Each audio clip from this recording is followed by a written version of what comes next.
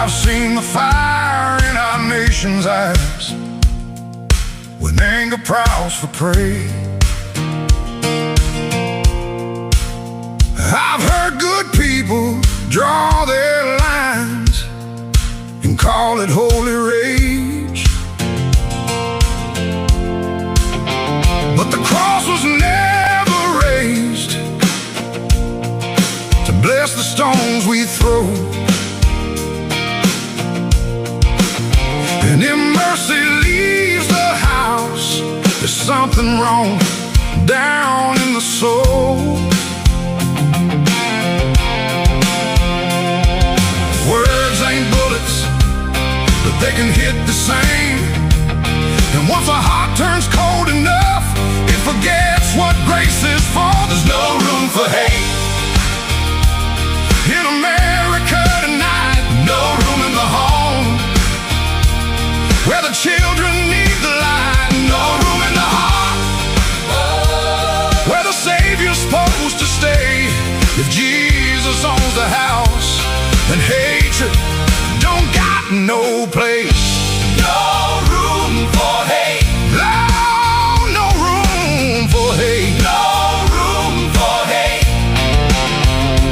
You can wave a flag above it, you can quote a verse or two, you can dress it up like justice, till it almost sounds like truth. But outrage ain't righteous when it changes with the side. And you can't love your neighbor, treating them like they're downrange.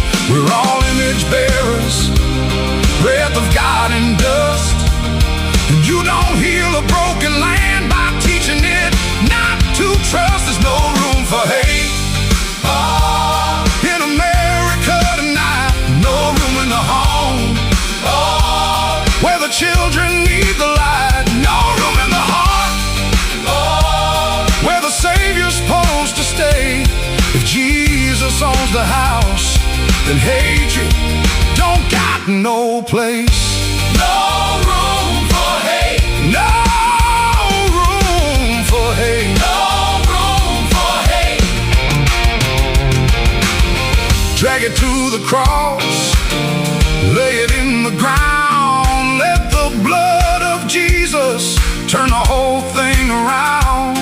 Truth can still be spoken, courage still can stand, but rage don't get to rule the soul of a faithful man. There's no room for hate in America tonight. No room in the home where the children need the light. No room in the heart where the Savior's supposed to stay. If Jesus owns the house, then hatred don't got no place. Let revival start where the anger breaks. Where the anger breaks. Let healing rise up where the hurt gives way. No room for hate. No room for hate. No, no room for hate. No room for hate. Not in Jesus' name. Oh, not in this house. Not in this heart. Not in His name. No room for hate.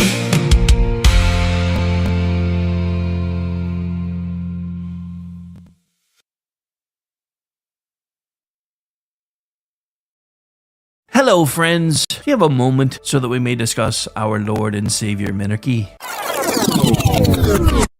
No, seriously, I'm just kidding. Hi, my name's Rick Robinson. I am the general manager of KLRNradio.com. We are probably the largest independent podcast network that you've never heard of. We have a little bit of everything, and by that, what I mean to tell you is we have news, pop culture, special events, conspiratainment, true crime, mental health shows, drama productions, and pretty much everything in between. So if you're looking for a new podcast home to grab a little bit of everything that you love all in one place, come check us out. You can find us on X under @KLRNradio. You can find us on our Rumble and our YouTube channels under the same names. You can also find us at KLRNradio.com and pretty much every podcast catcher known to man. So again, feel free to come check us out anytime you like at KLR.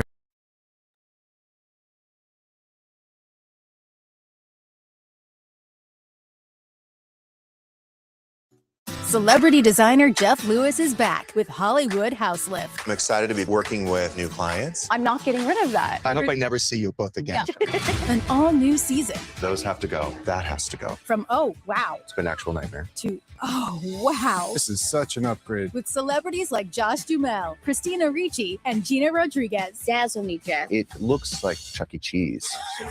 Stream an all-new season of Hollywood House Lift with Jeff Lewis, now streaming on Freevee.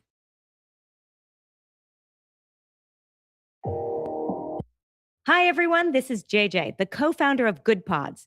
If you haven't heard of it yet, Good Pods is like Goodreads or Instagram, but for podcasts. It's new, it's social, it's different, and it's growing really fast. There are more than 2 million podcasts, and we know that it is impossible to figure out what to listen to. On Good Pods, you follow your friends and podcasters to see what they like. That is the #1 way to discover new shows and episodes.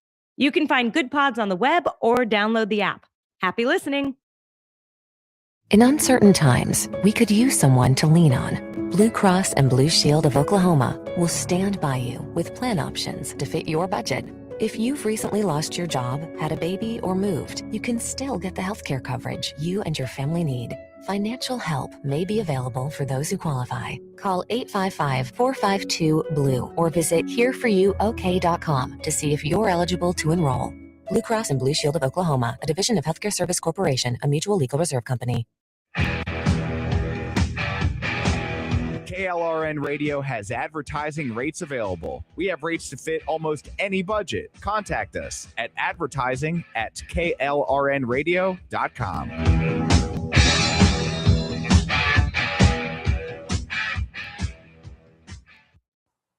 The following program contains coarse language and adult themes. Listener discretion is advised.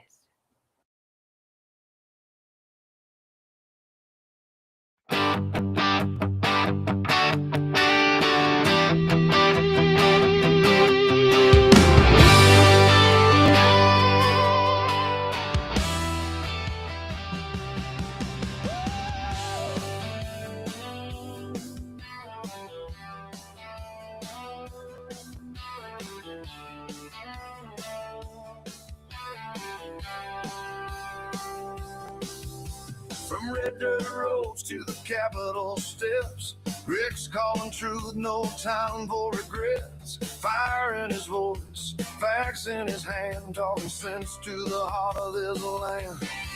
It's the Rick Robinson Show, where the truth rides high. No spin, no script, just an eagle in the sky. From D.C. to Tulsa, he's calling it out.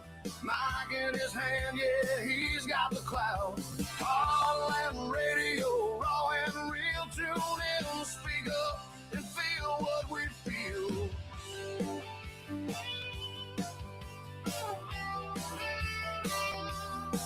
He's breaking down the noise, cutting through the lies, shining light where Uh-oh, guess what day it is? Guess what day it is? Huh? Anybody? It is Wednesday, my dudes. Otherwise known as Chat Lives Matter Day, right here live on KLRNradio.com. I am Rick Robinson, opening act and general manager, KLRNradio.com, host of The Rick Robinson Show, and host and co-host of many others because I'm a workaholic. Let's crank this back up for a minute, shall we? Parade from the plains to the power, he's speaking it loud with a mic and a mission that makes us proud. Talk for the people, talk that's real. The Rick Robinson Show, where we say what we feel.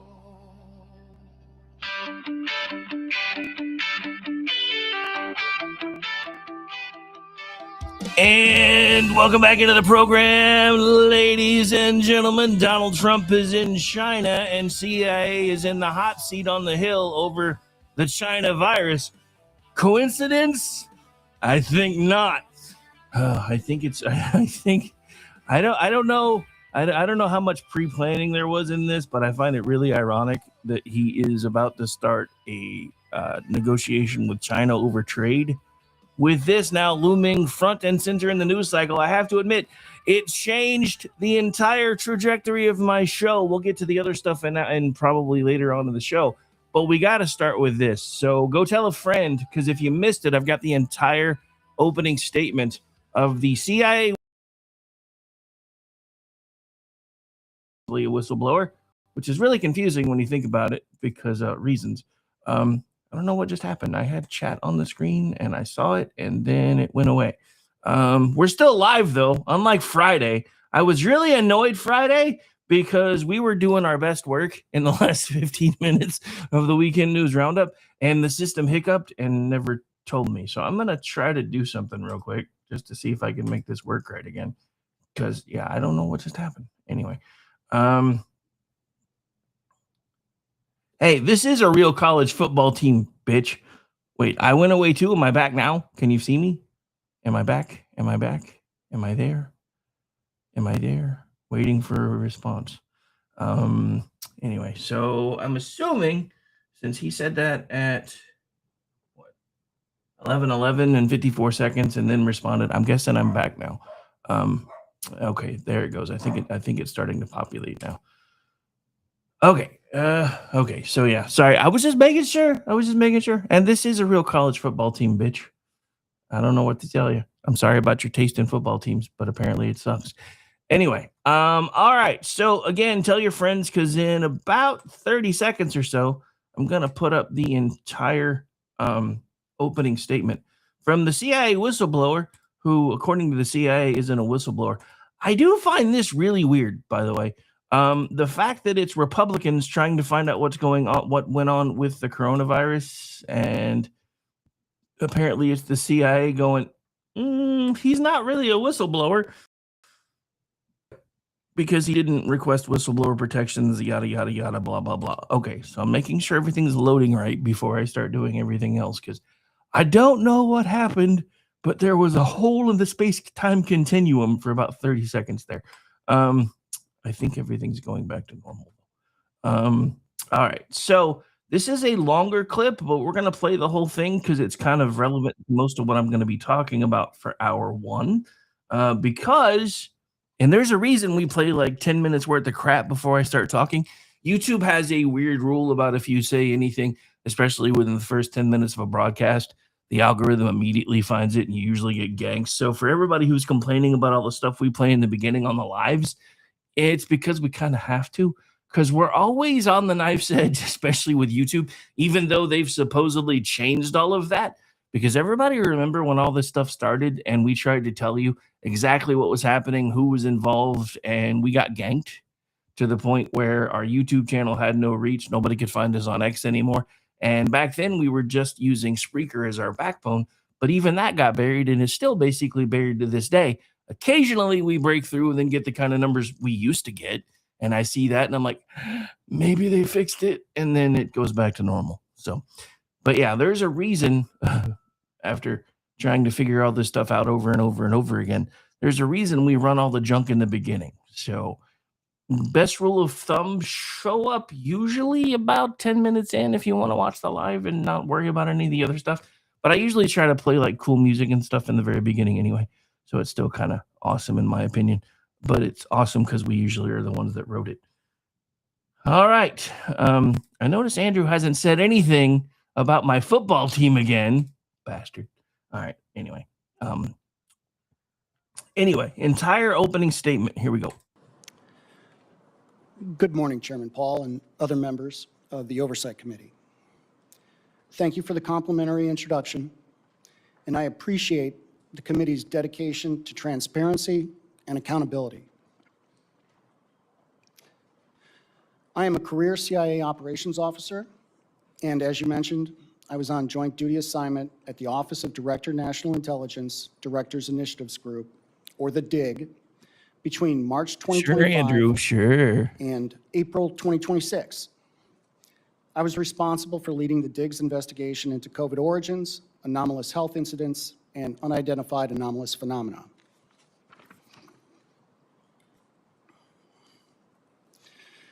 I'm here today to discuss the COVID cover-up, the national security implications associated with the DIG's investigative findings, and CIA refusal to comply with lawful oversight, as well as how we remedy these problems. Intelligence community leaders and senior analysts downplayed the possibility that the COVID pandemic originated as a result of a lab incident.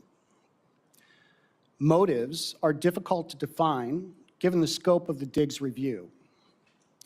Intentional or not, the IC's actions resulted in a cover-up, wasted resources, and a failure to properly inform policymakers. Public health policy would have been very different had the American public been made aware that a virus from a lab in China was going to serve as the foundation for an emergency use authorization mRNA products being mandated by the former administration.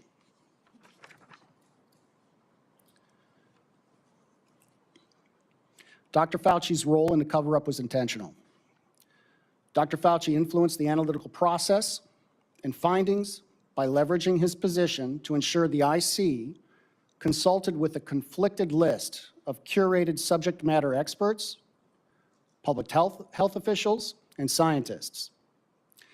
This included some of the authors of the paper, The Proximal Origin of SARS-CoV-2.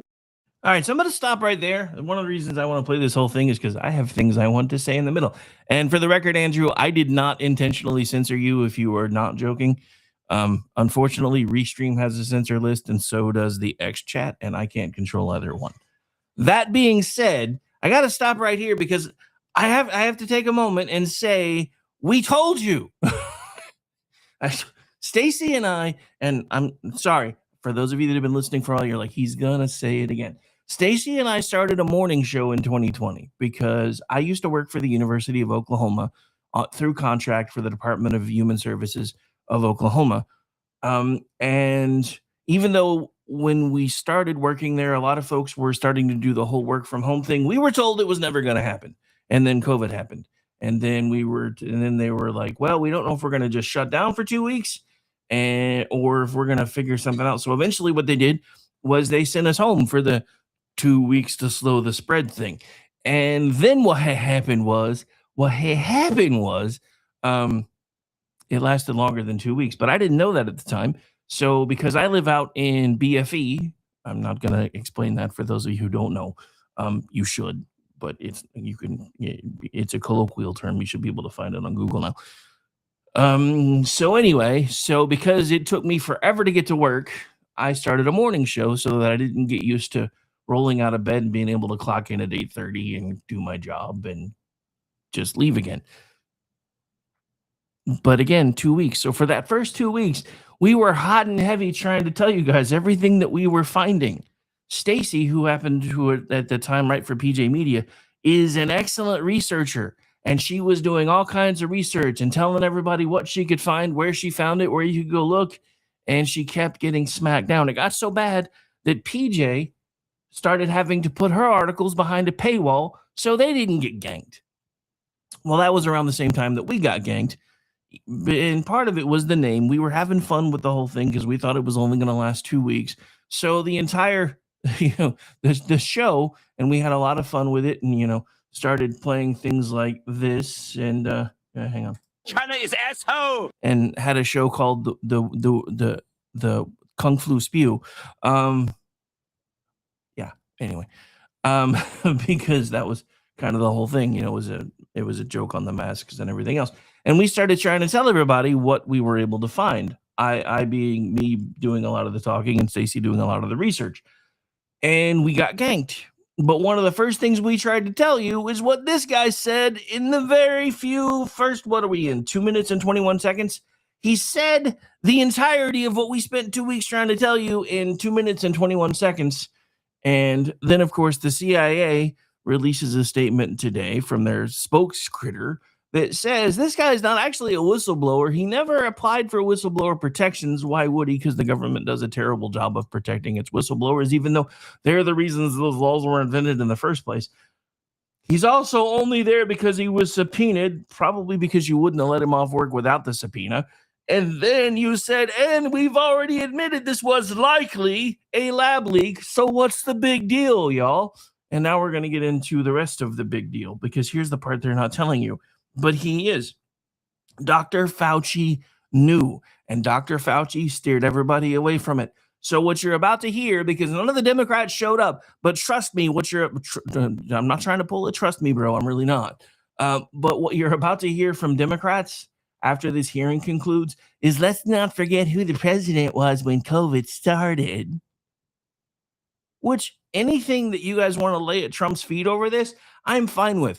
I am not a huge fan of Operation Warp Speed. I thought it made sense at the time until I realized that the same person that was, pulling all the strings for this was the same person trying to do the cover-up. So, the cover-up that never happened. Anyway, let's get back to this. Otherwise, this entire clip's going to burn up an hour because I'm ranty today. Anyway, here we go. And other public health experts who have been in his orbit for the last 20-plus years. Some of the scientists were part of the Biological Sciences Experts Group, or the BSEG, an office of Director National Intelligence Advisory Body, whose members often receive considerable funding from NIAID and public health agencies.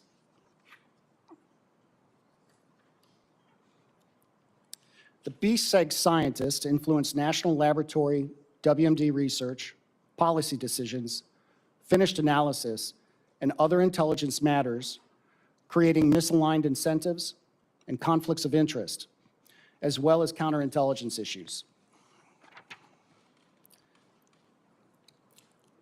Since 2006, the BSEG consulted part-time on biodefense issues for the IC, while conducting government-funded research and holding academia positions, as well as maintaining roles in public health institutions and serving as members in the National Academy of Science. They receive funding from NIAID and other agencies for vaccine research, USAID's PREDICT project, the Cooperative Threat Reduction Program, and even worked with Chinese scientists on coronavirus and other pathogen studies pursuing vaccines.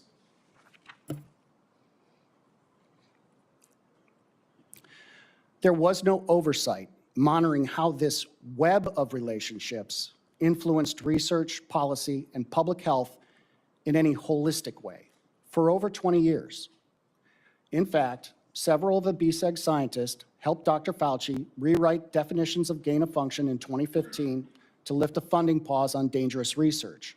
Still others participated in planning Event 201 in 2019. This was a coronavirus pandemic tabletop exercise curiously similar to the events that played out during the COVID-19 pandemic. And it was attended by Dr. Fauci and individuals with IC ties like former DNI Avril Haines. The CIA and DNI analytic managers responsible for examining the origin of COVID made decisions inconsistent with the conclusions of subject matter experts and analytical tradecraft, consistently favoring the theory of zoonosis or natural origin.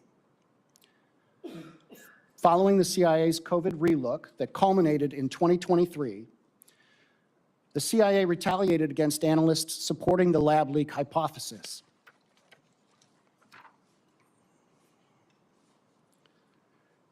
CIA analysts were not bribed.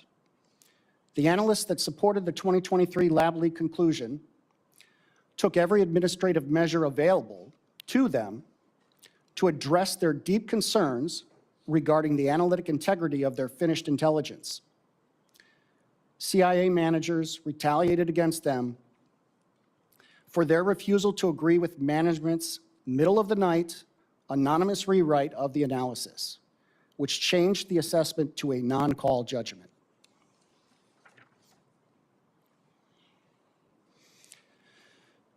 Dr. Anthony Fauci's influence over the IC's COVID origin analysis and the witting and unwitting role some BSEG scientists and IC personnel played in the cover-up exposed why this issue is of deep concern. Failure to address the United States government's inability to differentiate between public health and biodefense and the oversight-resistant ecosystem of life science actors has been fertile ground for increasingly dangerous continental United States gain-of-function research, as well as similar research conducted in U.S. government-supported labs abroad. Post-9/11 changes in public health and biodefense roles and responsibilities have blurred the lines between scientists, the military, the intelligence community. It has resulted in a deliberately opaque and excessively redundant biodefense research policy and financial infrastructure, seemingly intended to escalate bureaucratic bloat. This is a national security crisis caused by the inability to provide real oversight.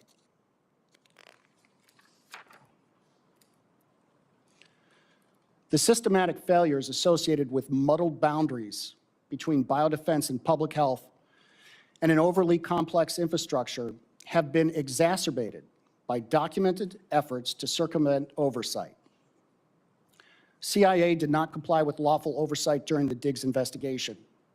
The behavior significantly impacted Director Gabbard's implementation of several EOs issued during this administration and tasked to the Dig. The CIA refused to provide information necessary to understand why analytical standards at the CIA. The CIA illegally monitored the computer and phone usage of Dig personnel, their investigations, and contact with whistleblowers.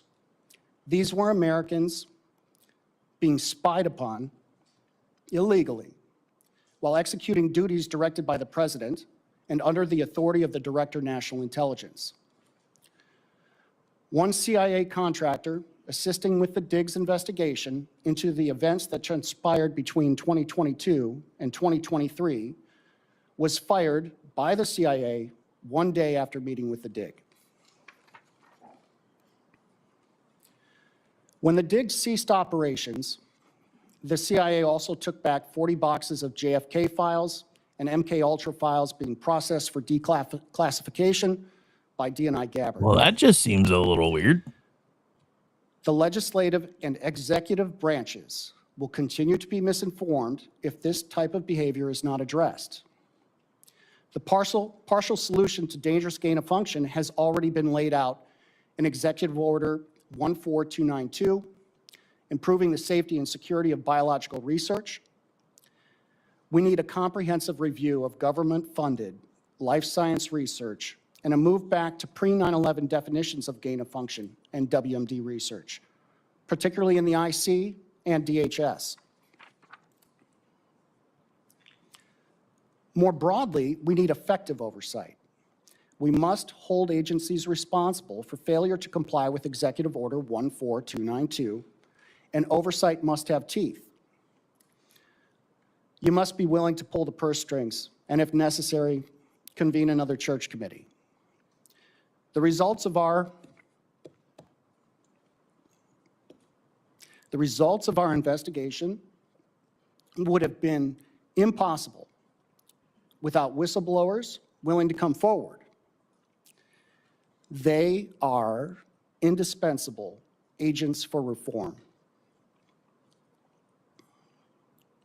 Despite statutory law, agency regulation, and training requirements, whistleblowers are almost never protected. Whistleblower protections always seem to protect the agency. Every time the CIA investigates itself, they coincidentally find no wrongdoing. When they do identify issues, they hold the system responsible. That last statement is a verbatim response from a Europe and Eurasia Mission Center lawyer when the CIA Office of Inspector General did identify shortcomings so serious, oversight bodies were holding meetings about it 3 years after the events transpired. It was in response to the question, was anyone held accountable? Apparently, the system is good enough. The only way we solve this issue is with real accountability for failure to comply with executive and legislative branch oversight and an escape valve where whistleblowers can continue to contribute to mission free from retaliation. All IG elements need to be removed from the agencies and fall under a separate entity controlled by the IC Inspector General. The personnel in IG elements should be 1811 certified with regular DOJ and legislative oversight reporting responsibilities. Thank you, and my written statement provides far more details related to these issues. I look forward to your questions. All right, so there you have the entire opening statement from the guy who came forward to try to tell a lot of us what we already knew. Of course, the media is probably not going to talk about it, and I've got another interesting clip in a second I want you guys to watch, because there were other people that were completely disinterested, and you can actually see it in the shot, but I want to I want to go ahead and take that a step further, so hang on just a second. Okay, so this is going to be a clip from Fox News, but it also highlights one of the things that I want to drive a point home across. And here we go. And yeah, Andrew, I know I already put it in the chat, but I agree with you. This was probably one of Trump's biggest failures regarding the COVID stuff. But at the same time, I mean, you have to understand, dude was not a politician, and he believed he could trust the people with the right letter behind their names, and found out the hard way that he couldn't. And thought he could even trust some with the wrong letter behind their name because they were friends until 5 minutes ago. I think he's learned a bit of that lesson. I don't know if he's learned all of it that he should. We might not be taking a break this hour because there's just a lot to cover, and we're already at the halfway point. So anyway, here's the next bit. You could see over the left shoulder of Senator Ron Johnson the empty seats of Democrats, and we can show. I mean, look at that room. And even James Erdman, who is the whistleblower witness today, was asked about, and I believe it was Senator, yes, Bernie Moreno, who asked him this, how does that make you feel knowing that those Democrats aren't there? And he says that, of course, I wish that they were. I mean, you want everyone to know what he has to say. What is the take on his role on this, though, from Democrats? I know you said that there might have been kind of a joke moment with one of them, but they can't completely ignore this. Well, they are ignoring it, apparently, Harris. We'd love to ask them what they think about this testimony, but they're not here. They're not in the room. And the witness has given some pretty interesting testimony so far. You know, he's part of the CIA, active member CIA.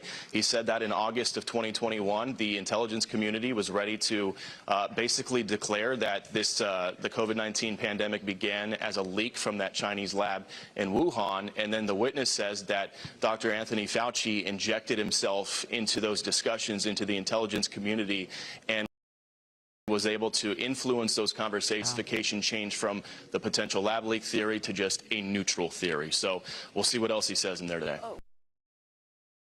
So the one thing that, and this is just, you know, as somebody that's done production work and stuff now for a while, the one thing that I will say I wish they had done differently, since none of the Democrats showed up other than, you know, I think one of them came in to register dissent and then walked out. They really should have just spaced each other out throughout the dais, so no matter where the camera was, you could see the empty seats. I think that probably would have driven the point home a little bit further. But who am I to judge? Because I'm not there. Give me just a second. Sorry, I'm still in the process of pushing out the feeds everywhere that they have to go, because some of them I have to do manually. All right, so we're back. We're live. I know I probably should have went ahead and taken a quick break and then done that, but you know what? It doesn't matter. Okay, so let's talk about this from another perspective, from somebody who went through it. I'm going to say this again. Now that all of this stuff is starting to come out, if I were a medical professional, unduly impacted by the fact that I was trying to be honest with people about what was happening with COVID and what could actually help them, I would find an attorney like now.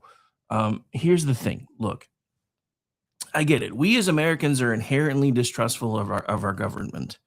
And a lot of us stay that way no matter who's in charge.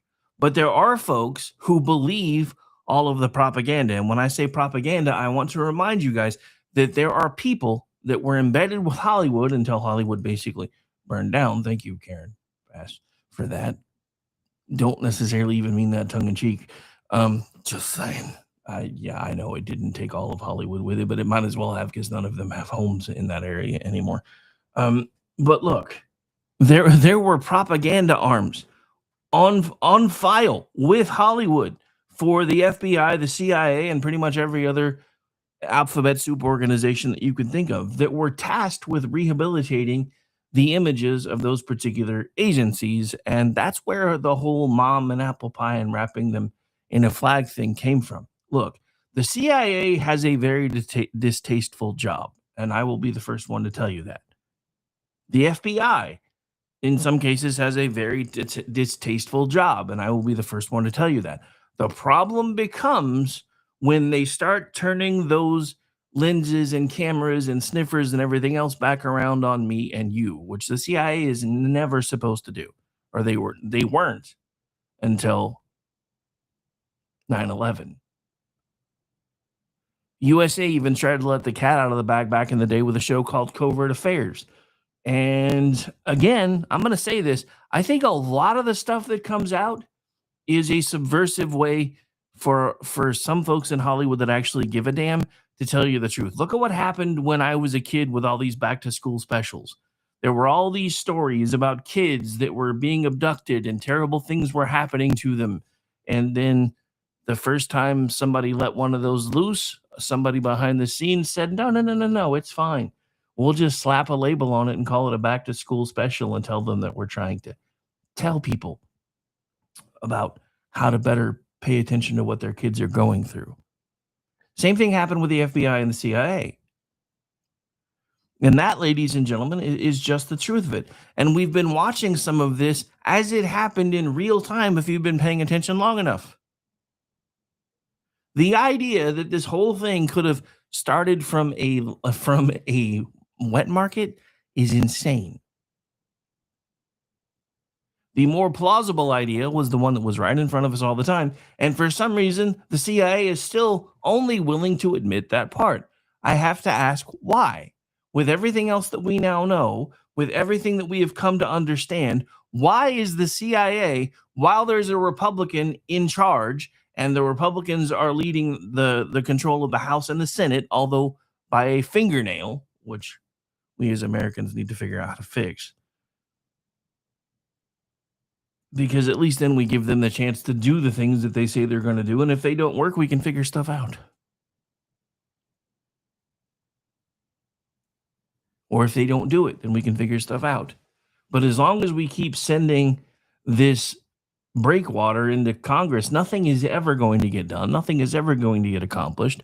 We're now watching the Speaker of the House lamenting that he doesn't have the votes to get rid of the filibuster.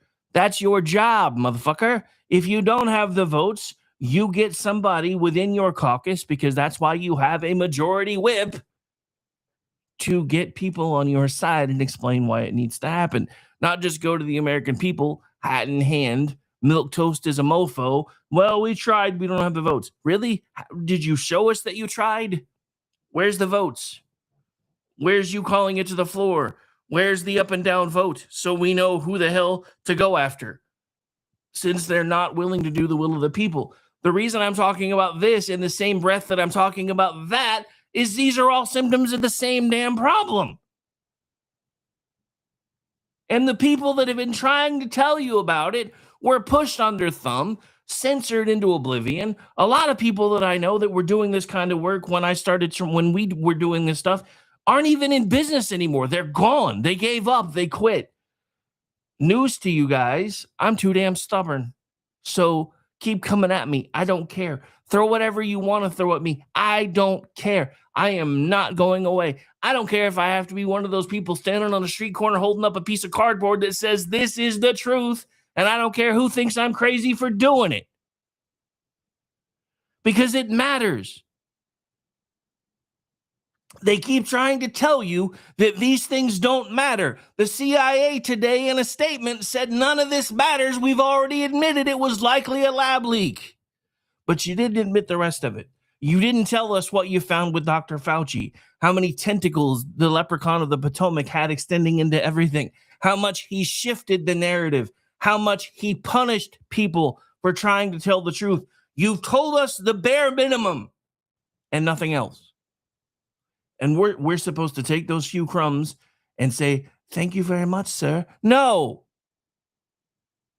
I know my language has been a little saltier than I've been trying to let it get lately, but this show has earned this language. So fuck all that. You have openly lied to the American people over and over and over again. And you have used your mid-level minions that we found out about at the beginning of this term for Donald Trump to do so. These people that had tags with their job descriptions that made them basically unfireable until Donald Trump said, no, we're not, no, they're gone.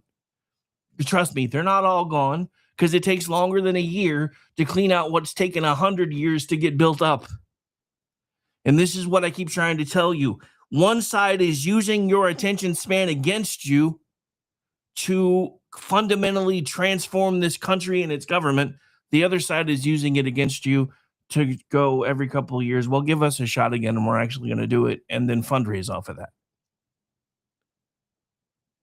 None of this was a quick process. A lot of the progressive subservience or subversiveness has been happening over the last 100+ years. And it's because of their consistency, because the Republicans continue to overestimate the electorate. And I don't mean that in the way that you're taking it, but it's just the truth of it, because this all started over 100 years ago when the Democrats got the progressive income tax back on the table.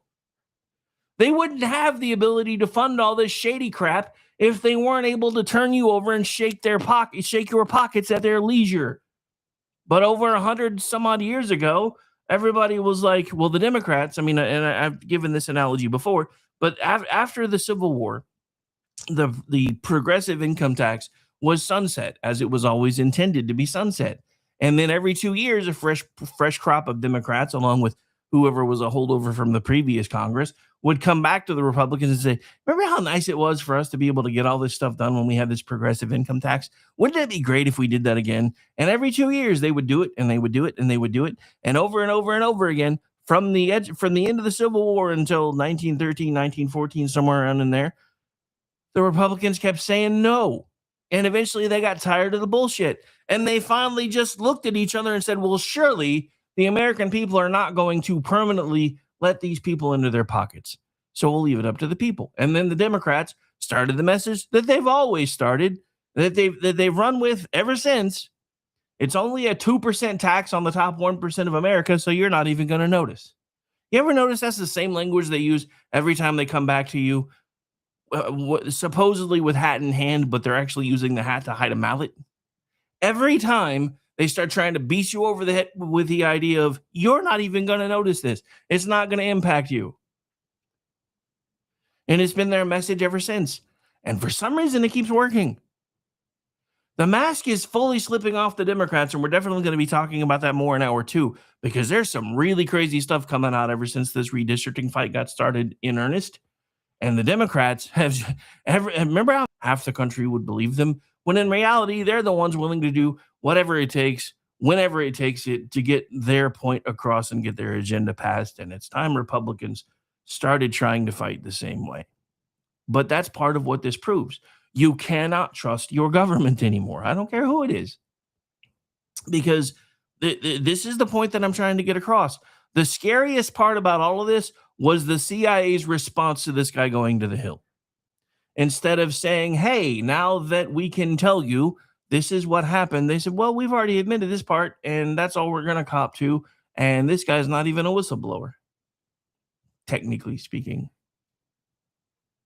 technically speaking. And here's another little snippet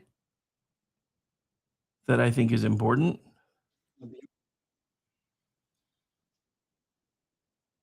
Hang on a second. I'm fighting with my system. This is not a very long clip, but I want to play this part. I think this is actually still part of the opening statement, but I wanted to narrow this part down specifically.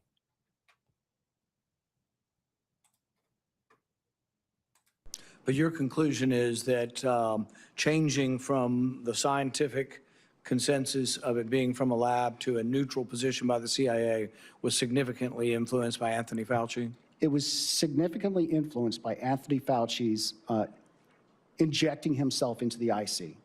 And to go to the second part of your question about what happened, particularly during the 90-day study, we have documentation that shows that as of August 12th, the CIA was considering calling this a lab leak, August 12th of 2021. And then that changed on August 17th of 2021. Right. And unfortunately, because the CIA would not provide us documentation that we asked for, we have no idea why that changed. And that's And they sort weren't of essential. alone, because we know the FBI was coming to the same conclusion that it was lab leak, as well as the FBI. But your conclusion is that changing from the scientific consensus of it being from a lab to a neutral position by the CIA was significantly influenced by Anthony Fauci? It was. Now, let me break down to you, or for you, why that was significant and why it was helmed by Anthony Fauci. Guess who controlled most of the purse strings for that funding? For the gain of function research that he swore wasn't happening. Let's remember, and again, I'm firing up the Wayback Machine for these last few minutes because I am not above victory laps when I've earned one. I'm going to say this again. Dr. Anthony Fauci was instrumental in the gain of function research that was happening in China because he was the one who changed the legal definition of gain of function research in the country and then moved it off-site and moved it out of the country. He did that. He did that. We've shown you the paper trail before. It's all there if you go look for it, or it was. I don't know if it still is, because I'm sure they've probably cleaned house a lot since then. But this is one of the points that I have made from the beginning. The man who was put in charge of cleaning up the mess was the one who covered it up. And that is one of the biggest mistakes of the Trump administration, because Dr. Anthony Fauci, despite what the Democrats have told you, has never been a good person. Anyone who is willing to experiment on pets, we're not even talking about actual lab animals, because scientists have to do that sometimes. Usually it's rats, sometimes it's primates, but they can separate themselves from that because reasons. This man was experimenting during the AIDS epidemic on beagles, on Snoopy, for God's sake. And y'all want to wrap him in the flag? Seriously? He was experimenting on Charlie Brown's dog during the AIDS epidemic. And I'm not trying to make it sound even worse, but I'm trying to drive the point home of what a monster that man would have to be, because I owned a beagle as a kid. I was upset it didn't look like Snoopy, but I owned a beagle as a kid, and it was one of the most lovable dogs I've ever owned. The only other dog that I loved more than that one was Jack.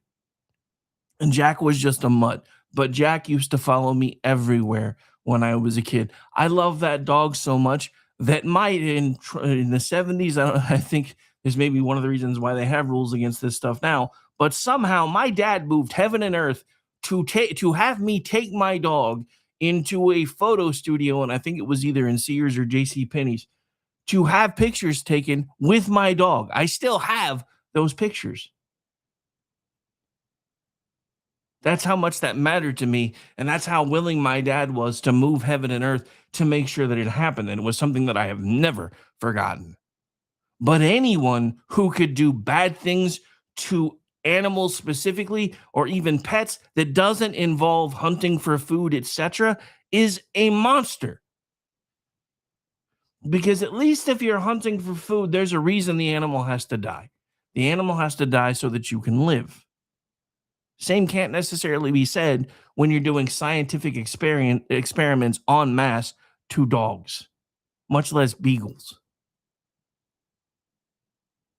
But this is something that we have been trying to tell you for now over 6 years, and every time we've tried, we've been silenced. I expect that to happen again today. I don't care anymore. And I already know it's happening because we were hitting almost 400 people last night. I have 50 people watching us right now.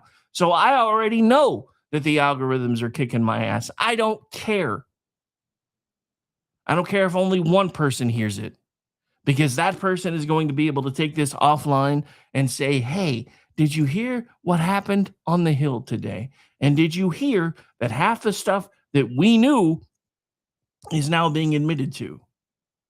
Because people need to know how much. Look, I try not to use the word hate anymore because that has become a whole other thing. But distrust. People need to understand how much you should distrust your government. Not to mention the fact that however much you distrust them, it's probably not enough. It's probably not enough. And that's why this has taken up almost the entire hour of the program, because that's how important this is. Nobody knew this was happening today. Even people on Fox were like, yeah, we didn't know this was happening. And then I'm like, okay, so you're telling me they didn't tell anybody, they didn't give out any advance notice that this was happening. But at the same time, this is also happening when Donald Trump is on his way to China and actually in China now for negotiations. Yeah, trust me, this is about to be used as a bargaining chip, because he now knows. I think even he suspected back then, but all the people that were in his ear were like, no, that's not what happened. That's not what happened. That's not what happened. And also, Dr. Fauci is probably one of the best people we have to handle this, which wasn't a lie on its face until you take into account that he did everything he could to distance himself from what he did to create the mess in the first place. If Dr. Anthony Fauci is not in handcuffs within the next 2 years, because trust me, it'll take them that long to make it happen, then I'm going to be pissed. It should have happened already. I'm going to be honest with you. It should have happened already. But now, knowing what we know, knowing that people are coming out and saying it, knowing that the Central Intelligence Agency is still pulling the meme, oh, nothing to see here, while there's stuff on fire behind them, tells me everything that I need to know. You cannot and do not distrust your government enough. And that's just the truth of it. And everything else that we're going to be talking about today tracks with that too. I was going to save this for the beginning of hour 2, but we might touch on it a little bit again. Did anybody notice that the second the Disney cruise story broke about the people that work for Disney Cruises using the cruises for trafficking, anybody notice how quickly another cruise ship story broke, and suddenly the hantavirus is a thing? And now NBC's at it again. They're trying to stir up the pandemic panic once again, because reasons. Did anybody notice how quickly that popped up though? Wasn't on anybody's radar, not a single person's. And then all of a sudden we're talking about Disney cruise ships being used for terrible things. Oh, well, let's let this story out now. Anyway, all right, so let's take a quick headline hit on the way out the door. Oh, so it looks like Bob Hoge finally put out a story about this. All right, so we're going to talk about this because it's just kind of a quick hit on the way out the door. This is another one from Bob Hoge over at Red State. So Swalwell's backstabbing former BFF. Yeah, now he's in trouble all his own. So we haven't seen or heard much from former California Rep Eric Swalwell,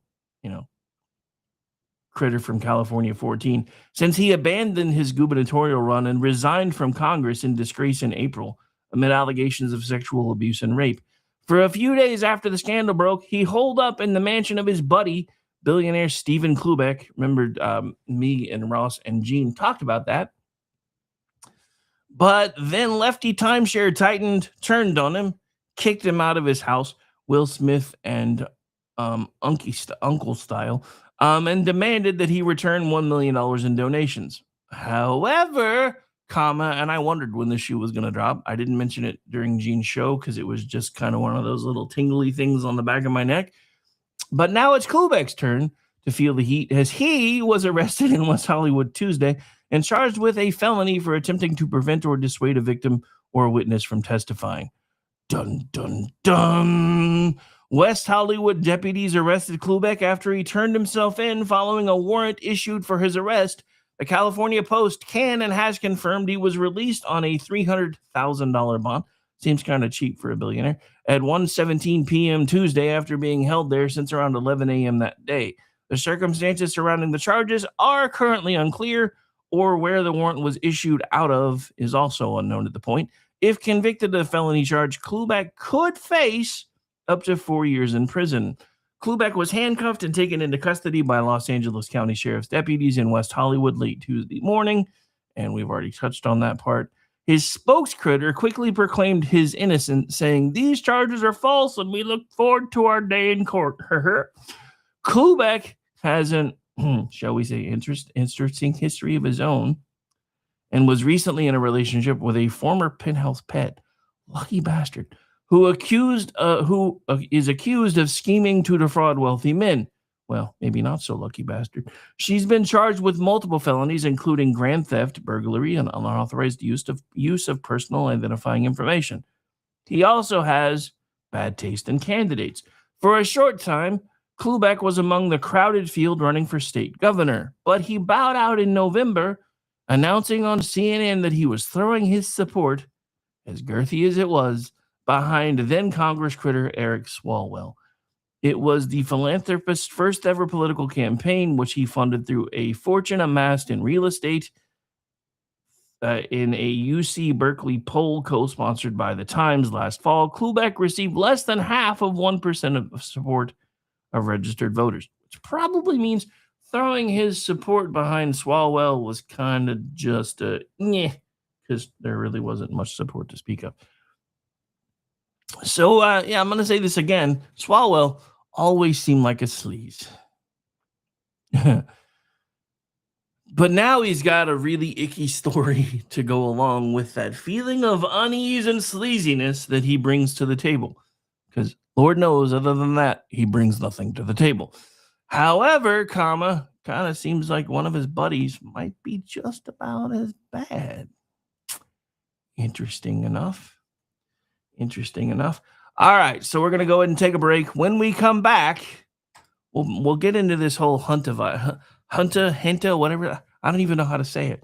The virus thing that's all the rage again now. We'll get into that on the other side of the break. My name is Rick Robinson. This is my show. Since we didn't take the music break in the beginning, we're going to take it now. We'll be right back. Stay tuned. They tried to quench the fire, drown it all in chains, tried to break our will and wash away our names. But every spark they buried only fed the flame. Now the cry of freedom's roaring through the rain. Hear the cry of freedom on the winds of change. Every voice united.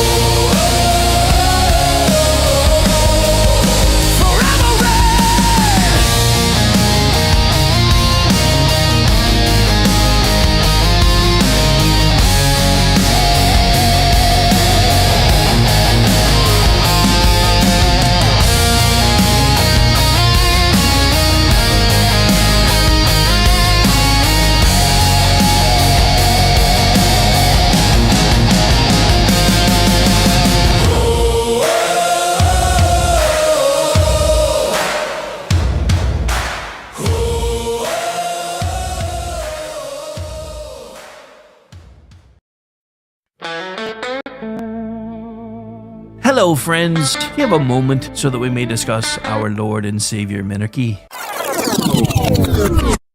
No, seriously, I'm just kidding. Hi, my name's Rick Robinson. I am the general manager of KLRNradio.com. We are probably the largest independent podcast network that you've never heard of. We have a little bit of everything, and by that, what I mean to tell you is we have news, pop culture, special events, conspiratainment, true crime, mental health shows, drama productions, and pretty much everything in between. So if you're looking for a new podcast home to grab a little bit of everything that you love all in one place, come check us out. You can find us on X under @KLRNradio. You can find us on our Rumble and our YouTube channels under the same names. You can also find us at KLRNradio.com and pretty much every podcast catcher known to man. So again, feel free to come check us out anytime you like at KLRN.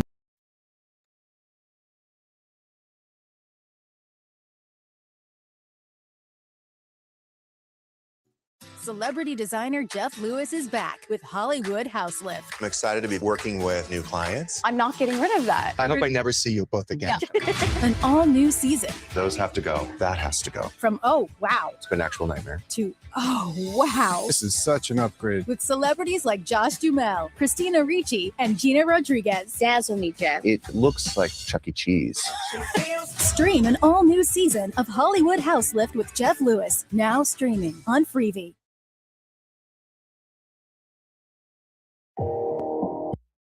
Hi, everyone. This is JJ, the co-founder of Good Pods.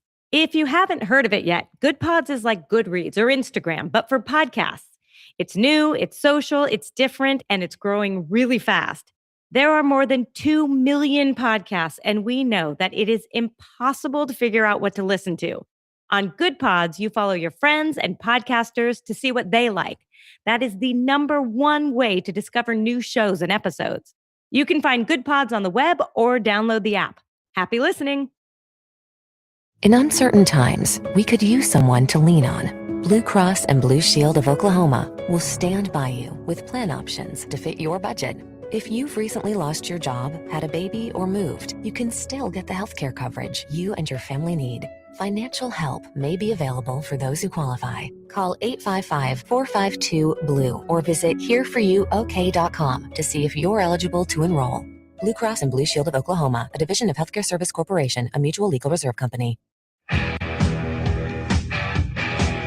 KLRN Radio has advertising rates available. We have rates to fit almost any budget. Contact us at advertising@klrnradio.com.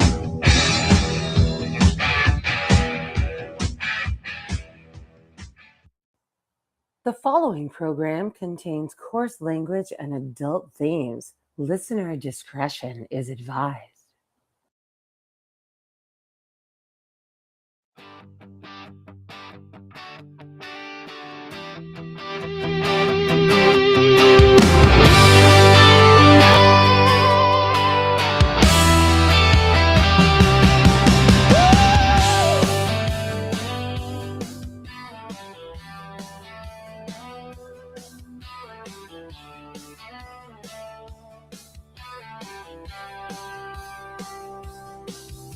From red dirt roads to the Capitol steps, Rick's calling truth, no time for regrets. Fire in his voice, facts in his hand, talking sense to the heart of this land. It's the Rick Robinson Show where the truth rides high. No spin, no script, just an eagle in the sky. From D.C. to Tulsa, he's calling it out. Mic in his hand, yeah, he's got the clout. Heartland Radio, raw and real. Tune in, speak up, and feel what we feel.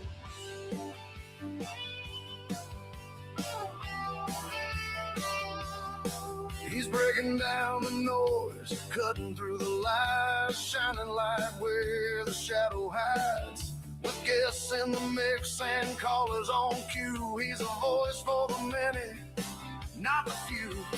Well, grab your coffee, raise that flag, stand your ground, never wave that rag. News with a backbone, voice of the free. Rick's got the pulse of liberty. It's a Rick Robinson Show. Uh-oh, guess what day it is? Guess what day it is? Huh? Anybody? It is Wednesday, my dudes.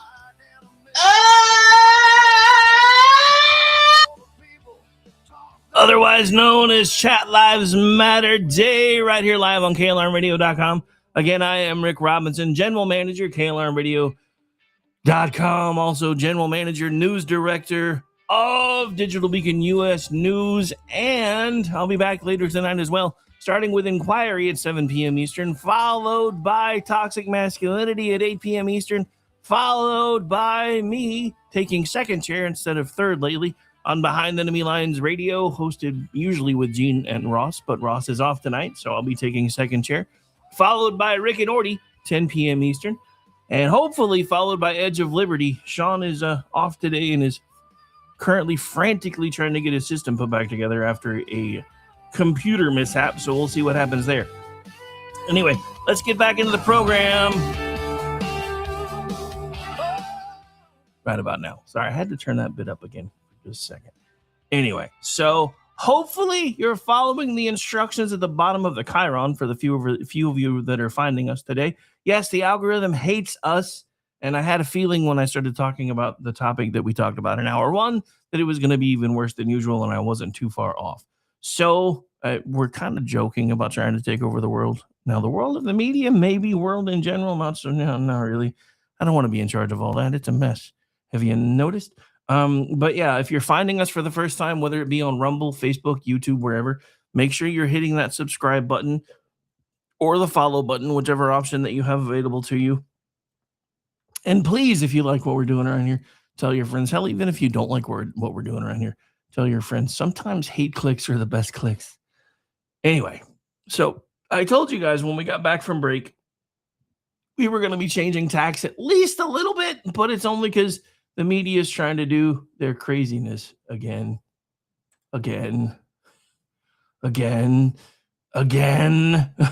Because, yeah, so COVID's back in the news thanks to this CIA whistleblower on the Hill. However, it was already kind of trying to show back up in the news again because of the story that broke the other day about suddenly, as soon as Disney got thrown under the bus and like, hey, remember that when the news story broke that there were employees on the Disney cruise lines that were apparently involved in human trafficking? That seems a little sketch. But then all of a sudden this story broke.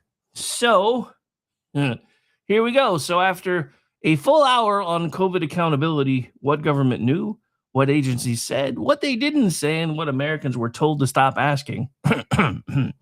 Let's talk about why that still matters right now, because while Congress is digging through the wreckage of the last pandemic narrative, parts of the media, looking at you, NBC, already seem to be warming up the next one.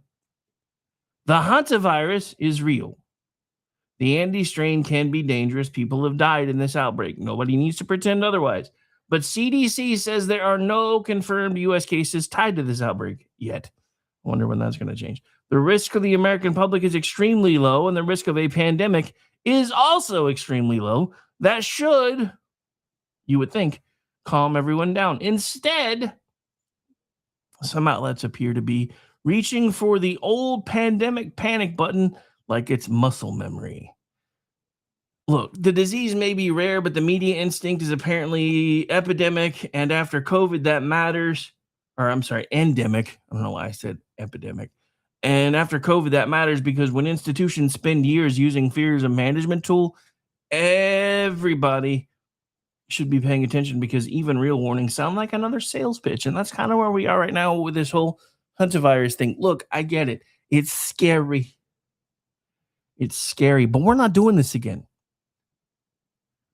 Look at the proximity. We are actually getting into the midterm cycle in earnest, and all of a sudden they're dusting off the pandemic playbook again. After they watched Democrats unsuccessfully try to not even follow the Constitution of the state they are supposed to represent. And that's the part of this that nobody's talking about either. They keep talking about how terrible it is and how black voters won't get any representation anymore because they're getting rid of all black districts. All the Supreme Court said was government segregation, no matter what the desired outcome might have been, is illegal and unconstitutional. We fought a war over that shit. But now the left is trying to spin it. Look, the black people still get to vote for whoever the hell they want to vote for. Nobody's trying to take their vote away from them. If they were, I would be one of the first ones saying no. But they're not. And I'm going to say this again. One of the things that showed me exactly how bad this still is and how much it's a they problem was when you had a woman of color arguing in front of the Supreme Court representing the American Civil Liberties Union, stating that they need these specialized districts because white Democrats don't vote for black Democrats. I would be curious to find out how many black Democrats actually vote for white ones, but that doesn't change the fact that the racism call is coming from within their own house, but they keep projecting it outward, hoping that nobody notices. How many different times do we have to break this down? The whole Charlottesville thing was crazy, and it was Trump being taken out of context that made it this big thing that supposedly was what inspired President Joe Biden to run again, or to run and try to run for president again. Now we add in the SPLC angle and the fact that the guy that was responsible for throwing all that together was in a group chat with them. And it adds an entire different layer. But all of this ties together. I didn't intend it to be, but this is turning into one of those 6 degrees of Kevin Bacon kind of shows, because this is what we're finding out. Government agencies will lie to you to push their narrative. Shocking absolutely no one. But what is shocking is when you find out the depths to which they are willing to go to push those narratives and to make them a thing. That should terrify each and every one of you, especially with what we're uncovering now. What we're uncovering now, I'm not even talking about the COVID stuff anymore. I'm talking about the other stuff. After this decision from SCOVA, the Supreme Court of Virginia, you had Democrats actively calling to lower the retirement age of the justices so that they could unseat most of them. Who is it that's acting tyrannical at this point? Because it's not Republicans. The funny thing is, as pissed off as I am about John Thune not doing his job, he's showing you how this is technically supposed to work without the receipts, which pisses me off, because if he had put it up for a vote and said, see, I tried, we couldn't make it happen, you know what? I'd throw my hands up in the air, but then I'd start reviewing who voted no and start pushing wherever those people are to have them unseated so that it could be fixed again in the future, potentially. That's why I want the receipts. But he's showing you how this is supposed to work. They get sent to Congress. They get sent to the Senate. Now, again, these people are supposed to be following the will of their constituency. And this is, again, supposedly anywhere from an 80-20 to an 85-15 issue. So how it is they don't have the votes, that's something that everybody's individual Senate folks should be having a talk with their senators for. Because if they're not following your vote or your voice, why are you sending them? But you can't, because nobody's willing to give you the receipts. But the Democrats don't even do that. When they don't get what they want, they break it until they fix it in their image again. That's what they started talking about doing with the whole Virginia Supreme Court thing. And that's not the only time. You had during Tennessee's redistricting hearings, you had Democratic folks in their legislature acting like total morons to the point where Tennessee has not only censured them, but removed them from their postings. Why do the big boy Republicans not act that way? That, again, should be a question you ask of your Congress critters and your senators. Because Democrats are allowed to show their ass all the time on Capitol Hill, and they do. They show their ass by not showing up. You know what? Once a meeting is called of a specific cabinet and those folks choose not to show up, then they should be unseated, period, end of sentence, full stop, don't give a shit. Because then we get rid of the performative bullshit on both sides. Oh, I'm not going to this hearing because it's just a show. You know what? That should be the primary reason that you're there then. So that you can point out to your constituency what a farce this is. The fact that you choose not to show up tells me that you don't want to be on that committee anymore, and you should lose your seat. And I don't care if it's an R or a D. Because if you're not doing the job you got sent to Washington, D.C. to do, why the hell are you still there? And this is the point that I've been trying to make now for a long time on all of this. Every single bit of it. They are not doing their jobs over and over and over again, and yet we keep sending the same people back. Then you've got this whole thing with Massey. Massey is somebody, dude, I used to respect Thomas Massey. I was trying to jump through all kinds of hoops to get him to do my shows when I realized that he would just, go on to X Spaces that he was invited in. I really wanted him on my shows. Now I'm glad he never answered me. Because I don't recognize him anymore. And I don't just mean because of his glow up since his wife's death. I don't recognize him anymore because he's become one of those, I'm going to say all the right things and tell you what I'm going to do and then come back to you when I don't get them done and say, because I couldn't get these things done, it's not my fault. Or give me some more money so I can get them done. He just put out a post the other day talking about how proud he was that so many outside of Kentucky donors were lining his coffers. Wasn't he just about a year or so ago, talking about how money being flooded in from outside states to influence elections was a bad thing? Because I remember, and I'm pretty sure Pepperidge Farms does too. But now that it's on his side, now that he's getting the money that he thinks he needs, it's going to be awesome. It's awesome because it's him. It's awesome because it's him.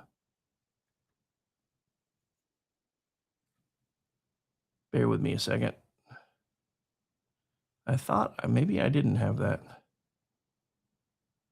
There was a link going around of someone who's accusing him of some crazy, crazy stuff.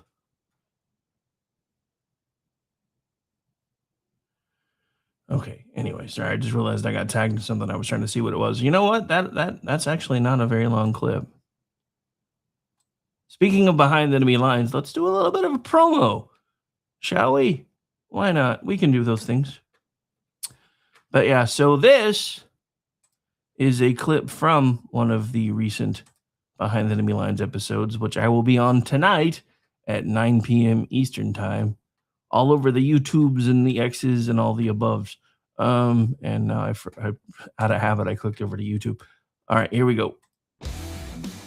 For the naysayers that are saying, Trump is losing his grip and, the big tent is collapsing, there comes a time between, when you have to figure out, do we want the big tent or do we have to clean house every once in a while? And Trump is in the process of cleaning house and getting some vengeance. Like, who did we lose over the last few months in the big tent?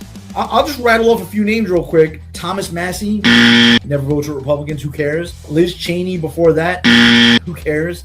MTG, fucking crazy. Candace Owens, even more crazy.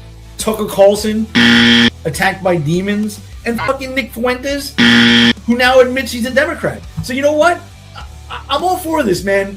Vengeance, clean house, get rid of some of these rhinos, and let's go full steam ahead into the midterms and let the chips fall where they may.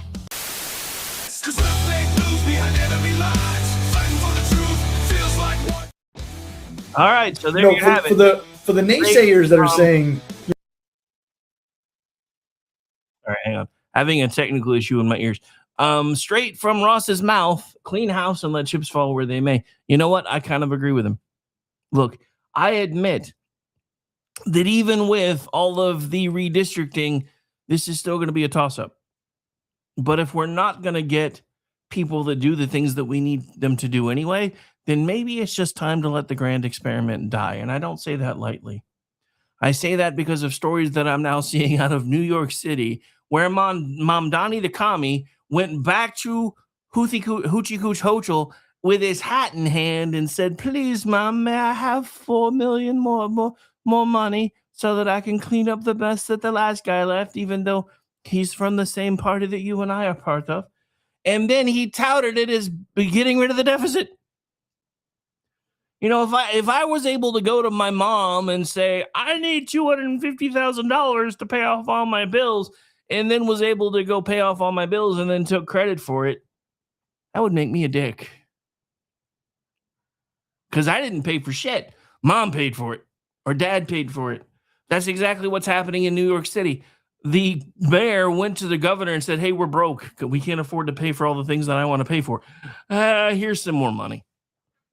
So again, now he's taking a victory lap. Bernie Sanders is adding to the victory lap, talking about how great it is that he has removed the deficit when even the language they use is wrong, because he has brought the deficit down. Deficits are negative numbers anyway. You have to bring it up to zero. And I know that's nitpicking, but it still pisses me off, especially when I can see that they're openly lying, because he basically, on the back of the rest of New York, took care of New York City's problems. On the back of me and you, because guess what? A lot of that money that Kathy Hoochie Cooch just handed out came from your tax return and mine. I don't live there. I shouldn't be responsible for cleaning up their messes. That is one of the things that I really wish would happen. You know, the easiest way to make sure that things actually start getting fixed is if we start putting everybody's tax money into certain buckets.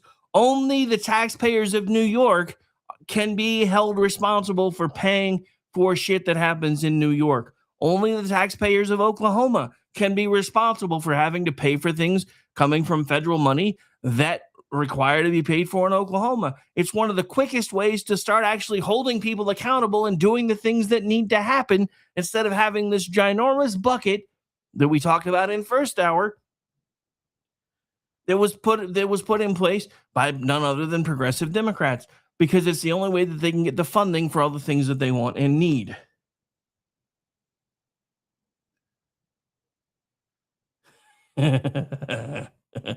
Nice one. I see you getting past the censors. I'm going to fix it for you while I put it on the screen. So according to Andrew in the chat, and he wasn't able to use a specific word, if you capitalize it, it works because it's actually a name still. But Mamdani being a dick is not surprising, because he doesn't have one otherwise. Which is a true statement. All right, so I know I got on a bit of a sidetrack, but again, this is kind of that whole 6 degrees of Kevin Bacon kind of thing, because if you don't distrust your government, why are you listening to me? Just saying. So remember that redistricting fight we were talking about? Get ready for more Democratic weeping and gnashing of teeth if it's not already happening. According to Red State, the Missouri Supreme Court issued unanimous rulings Tuesday that keep Missouri's 2025 congressional map in place for the 2026 midterms, rejecting both the compactness challenge and the argument that merely filing referendum petitions automatically suspended the law. So that actually checks out with local reporting. According to KMBC, they reported the Missouri Supreme Court upheld the new 2025 map and said challenges failed to prove it violated Missouri's compactness requirement. The court also held that simply submitting petitions didn't check all the boxes that automatically freeze the map before signatures are verified. So this brings us from public health panic to political panic, because once people learn that fear can move policy, they start using it everywhere. In Missouri, the argument was basically, we filed enough paperwork to challenge the map, therefore the law should freeze right now. And the Missouri Supreme Court said, yeah, not so fast, mister. You can like the map or hate the map. You can think it helps Republicans, hurts Democrats, slices Kansas City weird, or corrects an old imbalance. But courts are not supposed to ask, do I like this map? They're supposed to ask, did the legislature violate the Constitution? which is exactly what happened in Virginia, because they did, in fact, violate their own constitution. And the scariest part about watching Democrats completely lose their shit about violating the Virginia Constitution is they're the reasons it was a violation of the Virginia Constitution. Because there are rules in Virginia about not being able to do things like this if an election is already underway. Guess why the election was already underway? Because Democrats won insanely long mail-in voting windows. So it's their own fault. It's their own fault. Missouri Supreme Court just gave us another reminder that courts are not supposed to be political map drawing commissions with robes. The new Missouri map is expected to lock in a 7 Republican, 1 Democrat congressional layout for 2026. I'm surprised the Republicans left them 1 at this point, but hey, Democrats and activists hate it. Republicans love it. The part that I'm saying is just because the maps got redrawn to favor Republicans, we're not taking anybody's right to vote away. So don't just assume that just because the map favors it, that all of a sudden everything's going to turn red, because that doesn't always work. I do know this, and it took me some research to figure it out, because one of the things that bugged me was watching CD5 in Oklahoma turn blue in the midterms of Donald Trump's first term, and I couldn't figure out how or why. And then I did some research. That was one of the last times that the was it the midterms? Maybe it was or I think it was Biden first term, because it was post COVID, but only barely. So CD5 turned blue. I believe it was in the 2020-2021 run up. And it took me forever to figure out why. That was because that was one of the last times that ballot harvesting was actually considered legal in Oklahoma. So you had a bunch of folks with D's behind their names going to nursing homes and everywhere else going, we will help you make sure you get to vote because of this hard time, blah, blah, blah, yada, yada, yada. Funny thing is, she only lasted 2 years. And once the ballot harvesting went away, guess what stopped? But again, this goes back to everything that I'm talking about. If you don't distrust your government by now, why are you listening to me? Anyway, so again, the map is expected to lock in 7-to-1 ratio, but the court's job was not to decide whether the map made everybody feel warm and fuzzy and all represented and stuff. The court's job was to decide whether the map clearly violated the Missouri Constitution requirements for compact, contiguous, nearly equal districts, and the challenges did not, in point of fact, clear that bar. Then came the referendum argument. Activists basically said, we dropped off the petition, so the law should be suspended for right now. The court said, nah, not really. You do not freeze the law simply by delivering boxes that purport to contain signatures. Those signatures have to be verified. Otherwise, anybody with boxes, clipboards, and enough righteous indignation could suspend legislation before anybody knows whether the paperwork is valid. That's not democracy. That's government by FedEx.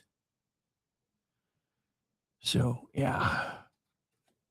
And that's the theme running through today's show, whether it's COVID, public health panic, intelligence agencies, vaccine records, or redistricting fights. The American people are tired of being told to trust outcomes, whether institutions play games with the process. Show the work. Looking at you again, John Thune. Follow the rules. Count the signatures. Release the records. Then we can argue like Americans. Loudly, probably in some cases very badly, but at least on the same page with as much information as can be made available. I know it's a hard concept to think of. I've said this for years. Sunlight is and always has been the best disinfectant. Now, here's to this one, because this goes back to the same tie-in of you can't really trust the government well enough. So he just said the quiet part out loud in a clip that I just found. So I'm working on getting that up and ready to go. It's not a very long clip, but again, apparently it's a good bit of the quiet part out loud, because John Brennan suddenly weighing in on some stuff, interestingly. And here we go. He has succeeded largely in turning DOJ and the FBI into political arms of his political operation. What still exists in the system to slow that down? Well, I think as Liz mentioned, there's still a legion of professionals in the law enforcement environment, the Department of Justice, as well as the CIA and other places, the ones who are refusing to follow politically motivated prosecutions, those who are refusing to support any type of political activities on the part of the Trump administration that are inconsistent with the authorities, the responsibilities of the intelligence community, law enforcement community, and Department of Justice. He has succeeded largely I'm gonna play that part turning again. DOJ Hang and on. the FBI into political arms of his political operation. What still exists? So first of all, got to call this out. Objection, facts not in evidence. He's not using it as a political prosecution arm. He's trying to find the truth. But here, even though he couches it really interestingly at the end, let's listen to the first few seconds of his response. In the system to slow that down? Well, I think as Liz mentioned, there's still a legion of professionals in the law enforcement environment, the Department of Justice, as well as the CIA and other places. There's still a legion of professionals. Sorry, I'm doing air quotes and realizing I don't think I have myself on camera. But yeah, so there's a legion of professionals, damn it. And it's all Trump's fault because there's legions of professionals. All right, so we're going to take a break.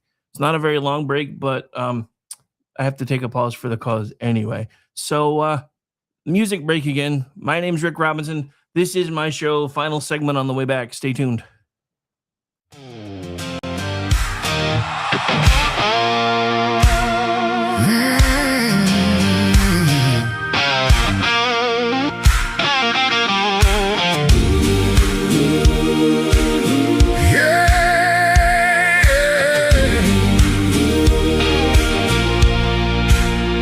I've seen the fire in our nation's eyes when anger prowls for prey. I've heard good people draw their lines and call it holy rage. But the cross was never raised to bless the stones we throw. And if mercy leaves the house, there's something wrong down in the soul. Words ain't bullets, but they can hit the same. And once a heart turns cold enough, it forgets what grace is for. There's no room for hate in America tonight. No room in the home where the children need the light. No room in the heart where the Savior's supposed to stay. If Jesus owns the house, then hatred don't got no place. No room for hate. No room for hate. No room for hate. You can wave a flag above it. You can quote a verse or two. You can dress it up like justice till it almost sounds like truth. But outrage ain't righteous when it changes with the side. And you can't love your neighbor, treating them like they're downrange. We're all image bearers, breath of God and dust. And you don't heal a broken land by teaching it not to trust. There's no room for hate in America tonight. No room in the home where the children need the light. No room in the heart where the Savior's supposed to stay. If Jesus owns the house, then hatred don't got no place. No room for hate. No room for hate. No room for hate. Drag it to the cross, lay it in the ground. Let the blood of Jesus turn the whole thing around. Truth can still be spoken, courage still can stand, but rage don't get to rule the soul of a faithful man.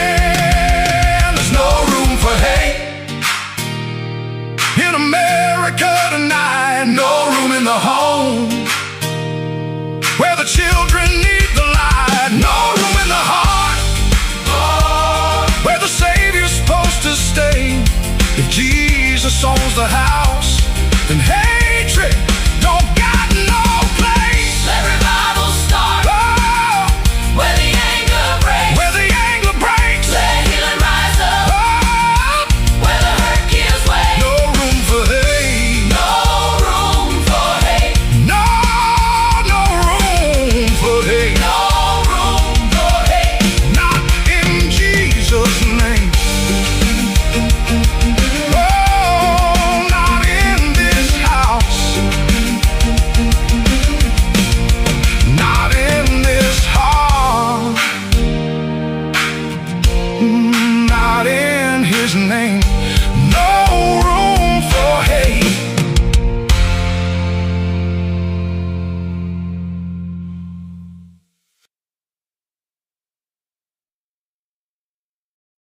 Hello, friends. Do you have a moment so that we may discuss our Lord and Savior Minarchy? No, seriously, I'm just kidding. Hi, my name's Rick Robinson. I am the general manager of KLRNradio.com. We are probably the largest independent podcast network that you've never heard of. We have a little bit of everything, and by that, what I mean to tell you is we have news, pop culture, special events, conspiratainment, true crime, mental health shows, drama productions, and pretty much everything in between. So if you're looking for a new podcast home to grab a little bit of everything that you love all in one place, come check us out. You can find us on X under @KLRNradio. You can find us on our Rumble and our YouTube channels under the same names. You can also find us at KLRNradio.com and pretty much every podcast catcher known to man. So again, feel free to come check us out anytime you like at KLR.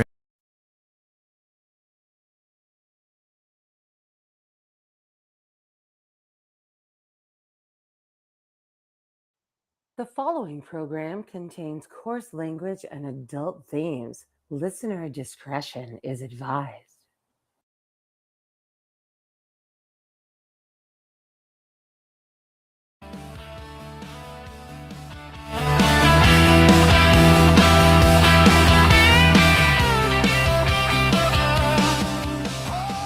All right, it's officially getting warm in the studio, so I decided to take the hat off for the last little bit of the show.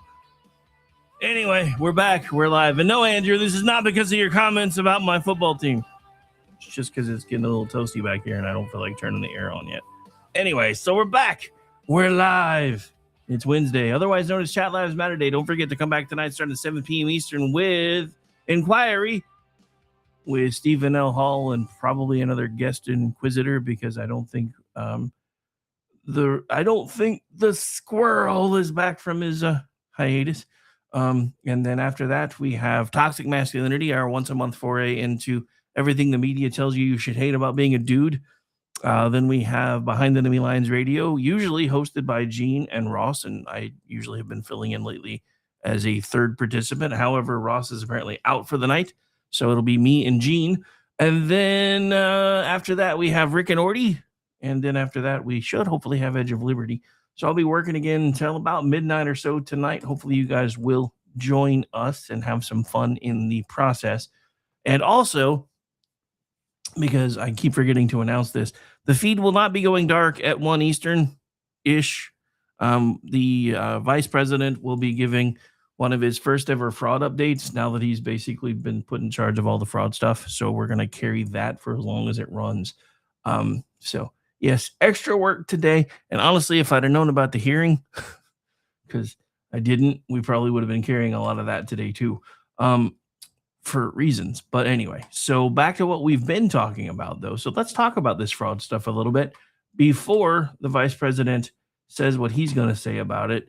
Because, the things are suddenly getting accomplished. It's kind of weird when you think about it, because for the first few months of the Trump administration, it's like everything was focusing in one direction or the other, and it didn't seem like a lot of the things that we were wanting to happen were happening. However, suddenly it seems like things are starting to change a bit, and it's interesting because J.D. Vance has apparently uncovered billions of dollars of fraud again. I'm trying to find the story. I don't remember which side it was on. Where did it go? I thought it was on Town Hall, but anyway, maybe it was Red State. I could have sworn it was Town Hall, but there's been lots of news breaking today, so things are getting buried. Hang on.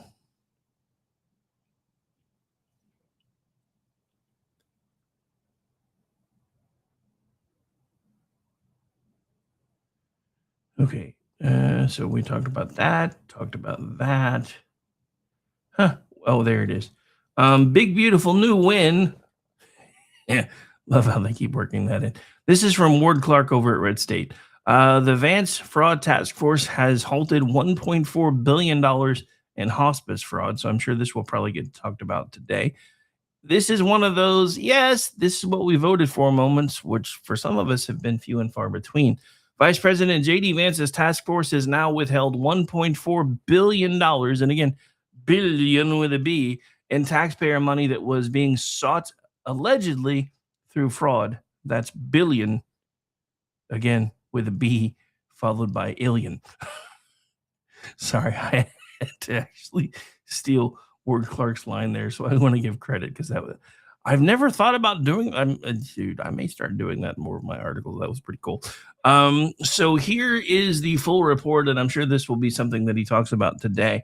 Vice President J.D. Vance's anti-fraud task force has withheld $1.4 billion in federal funding from home health and hospice. Am I the only one ever since Austin Powers who says billion that way like all the time? I can't help it anymore.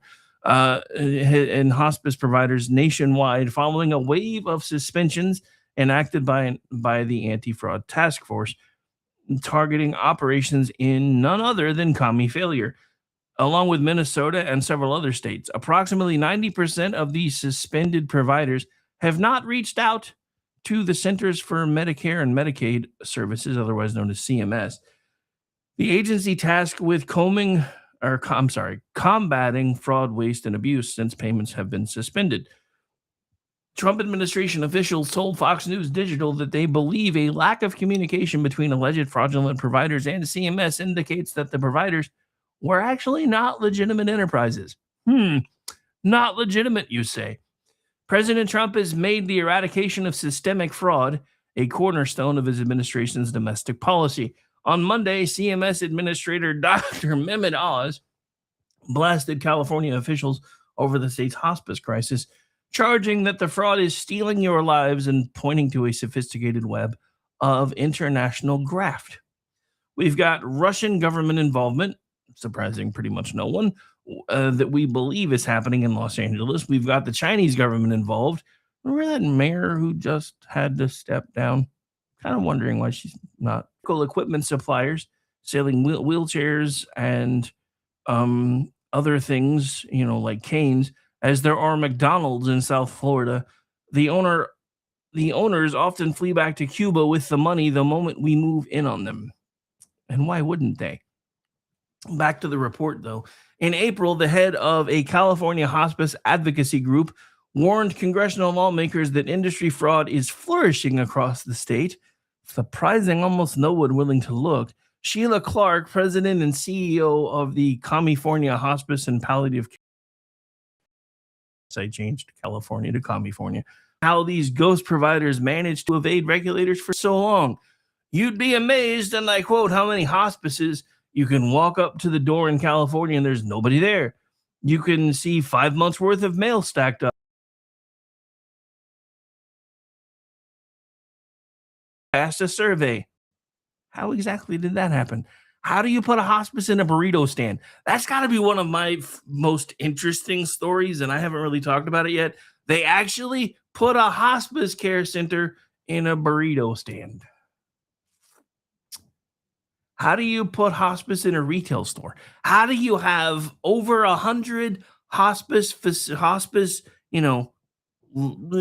corporations, leadership groups, whatever you want to call them, in the same single-story private domicile? And yet somehow nobody noticed.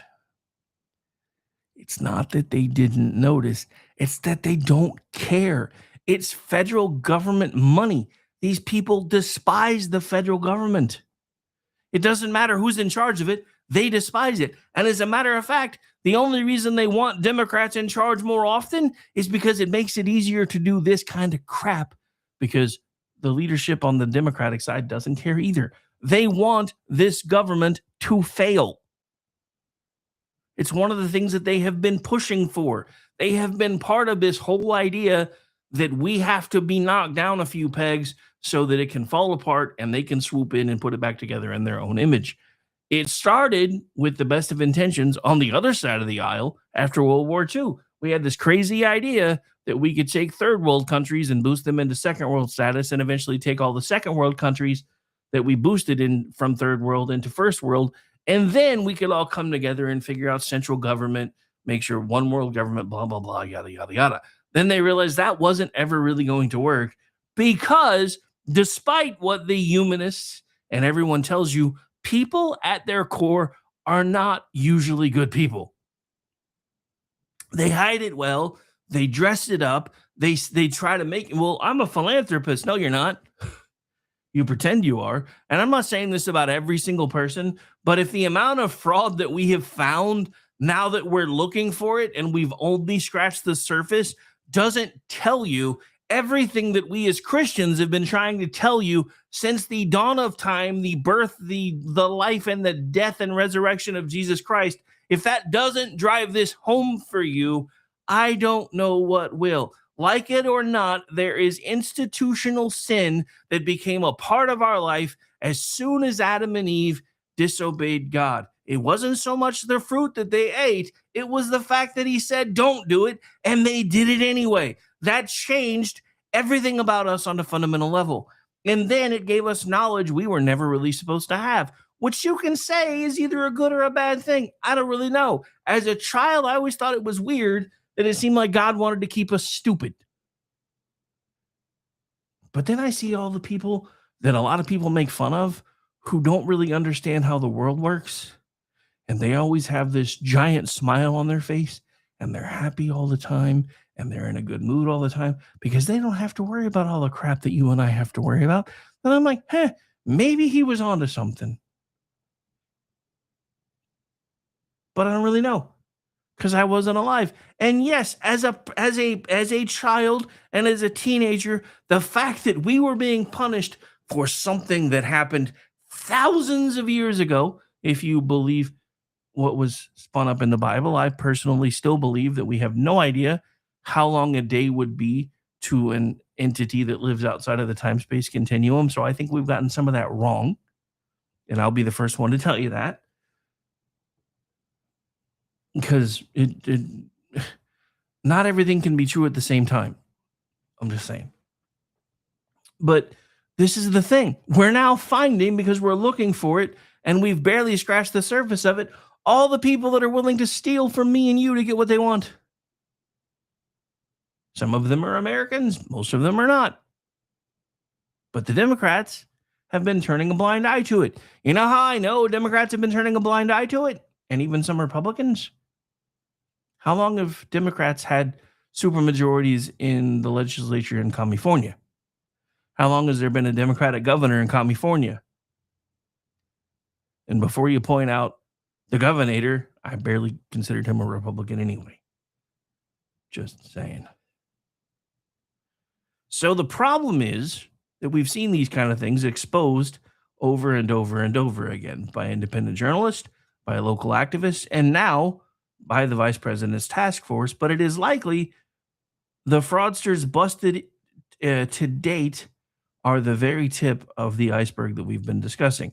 CMS estimates for 2025 alone put the amount of improper payment by Medicare at around $56.7 billion. And for Medicaid, the number is about $37.9 billion. Again, that's the letter B followed by an illion.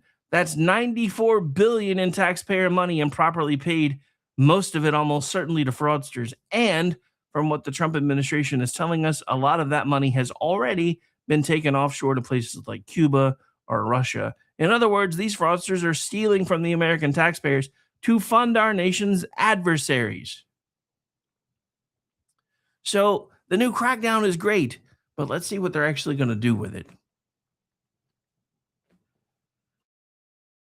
Because I'm sorry, if a foreign government is committing fraud within our borders, that to me should be considered espionage and they should be treated accordingly, including being able to use whatever clawback mechanisms we have because we can declare it acts of terrorism. Look, as much as I hate the Patriot Act, it made so many things a lot more simpler than they really should be, including this. So I don't understand why we aren't using it now that we're finding out that, from Somalia to Cuba to Russia and pretty much everywhere in between, a lot of our money has been sent there. Guess what? Those governments can and should be held accountable for the actions of their citizenry. Sorry, just the truth of it. Just the truth of it, especially with as bad as this is getting. It would be one thing if it was, $10 here, $10 there, but we're talking about billions and billions of dollars. It's just insane to me. All right, so we got to talk about this on the way out the door. This is from Ward Clark. Princess Murkowski is back in the news again.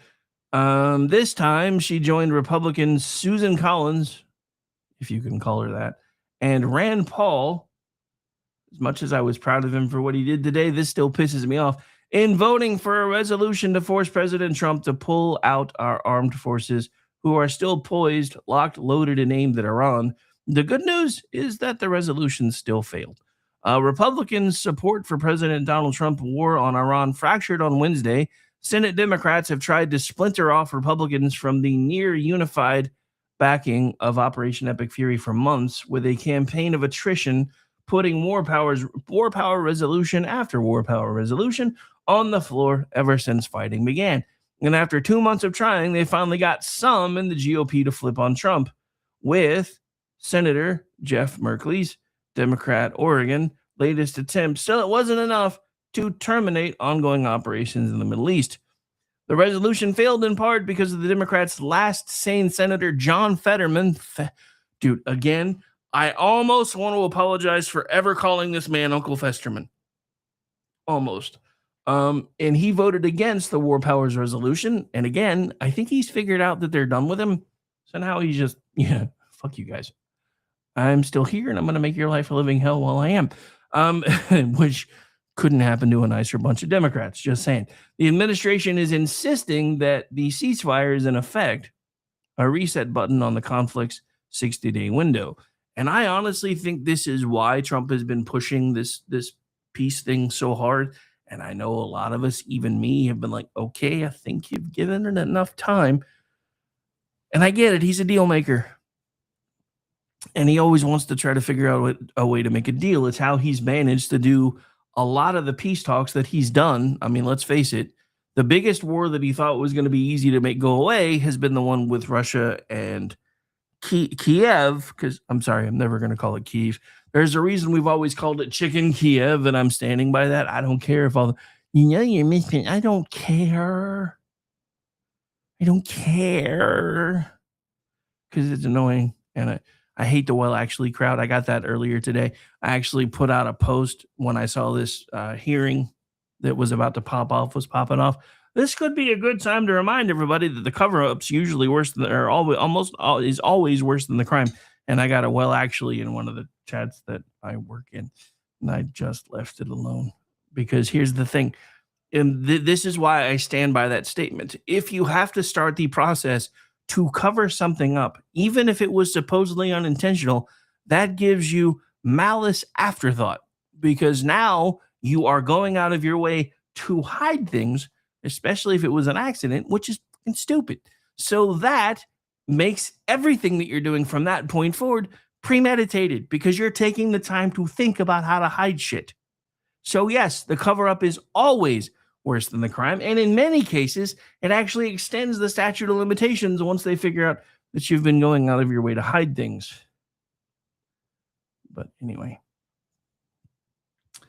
So the truth of it is, the truce was doomed to fail from the beginning, because unfortunately, the Iranian leadership, whoever they may be, because we still don't know, is still feeling really, really froggy. Which To steal a phrase from Eminem means it's time to knock their dick in the dirt. They keep asking for it. Anyway, so Democrats are showing their usual failure to understand, well, basic reality. Senator Jeff Merkley, for a Democrat from Oregon, the Democratic sponsor of the resolution, said the military operation against Iran, Epic Fury, should be renamed Epic Failure. Really? We've decimated most of their military.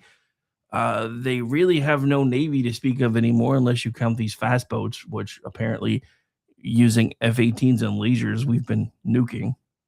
Not literally, but close enough. We have, in this situation, no access to the highly enriched uranium. We have strengthened the Iranian hardliners. We have weakened the reformers. We have damaged our relationship with our allies. He said all of this before the vote. I'm going to say this again. If your idea of having allies is you were fine with the fine print from the Obama deal, which would have allowed Iran to actually have a nuclear weapon sometime this year, then you weren't paying attention to everything that Donald Trump has been saying since he got elected and before, for decades. This has always been a hard red line for him. Crazy people that are religious zealots cannot and should not be allowed to have a nuclear weapon, especially when to bring about their version of the end of times, you have to bathe the world in blood. What easier way to do that? What easier way to do that? And for all of you that are screaming about how most of the Muslims are peaceful, guess who's at the head of all the non-peaceful Muslims? These folks. These folks. Everything that's happened in Israel, these folks have had their hand in it. Even 9/11, to a degree, these folks had their hand in it. This should have been our target all along. And I'm going to say this again. This should have been dealt with on January 22nd, 1981. It wasn't. So now somebody's dealing with it. It's not his fault that several administrations have let this go, have let this get worse, have tried to appease them. It's one of the reasons why I'm not happy that he keeps saying, if we don't get this by this time, it's on again, and then nothing happens. That's been my only detraction of most of this. As somebody who has raised children, you can't do that when you're dealing with tyrants, pint-sized or otherwise. You set lines and then not follow through. But what are you going to do? All right, so I told you guys we were going to get out of here. I'm not shutting the feed down, though, because I'm going to try to catch the Vance stuff, which should actually be starting right about now anyway. So let me get that set up and ready to go. I'm going to let this play for a second while I'm figuring stuff out. Bye, everybody. Enjoy the rest of your Wednesday. Press conference coming up next. And then don't forget to come back tonight, 7 p.m. Eastern, for the beginning of Chat Lives Matter night. Want to thank those of you who took the time to hang out, chat, share the feed, like, subscribe, all that fun stuff. You are the only reason and the only way we sometimes get past these crazy-ass algorithms. My name's Rick Robinson. This has been my show. Back later tonight.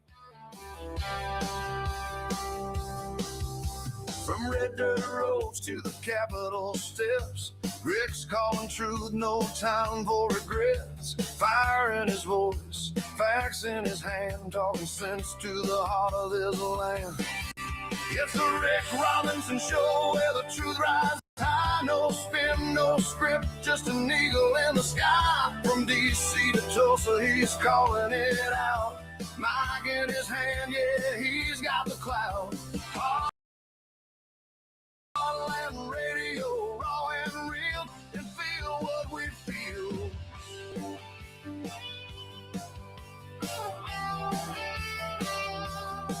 He's breaking down the noise, cutting through the lies, shining light where the shadow gets in the mix and callers on cue. He's a voice for the many, not the few. We'll grab your call, raise that flag, stand your ground, never wait. News with a backbone, voice of the free. Rick's got the pulse of liberty. It's a Rick Robinson Show, bold, unafraid. Truth bombs drop in a red state parade. From the plains to the power, he's speaking it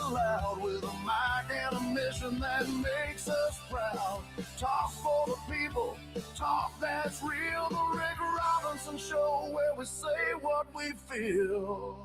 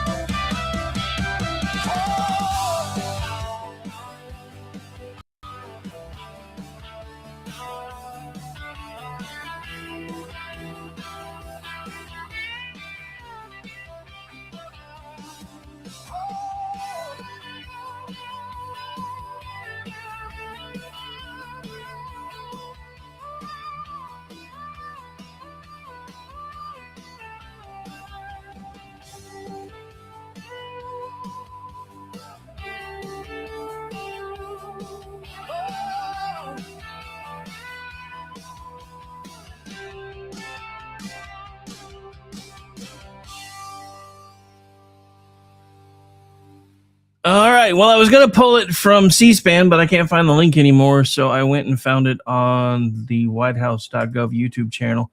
I don't know when it's going to start. I'm going to leave it live and then go pay attention to it elsewhere. So feel free to hang out and watch if you want when it starts. And if not, just still doing my job anyway. All right. Sorry.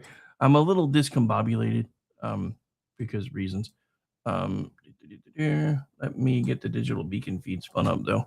I can at least change the title on that one before I spin it up because it hasn't gone live yet. I think it'll let me anyway. I guess we'll find out in a second.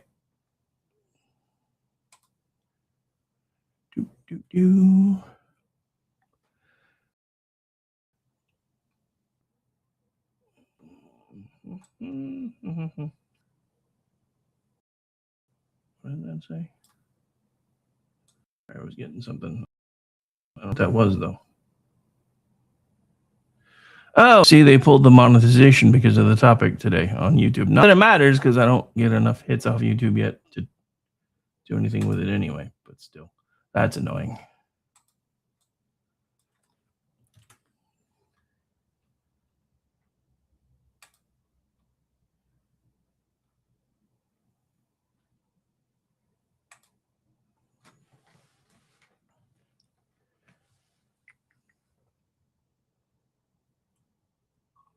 Huh. Doesn't look like, nope, wait, sending info.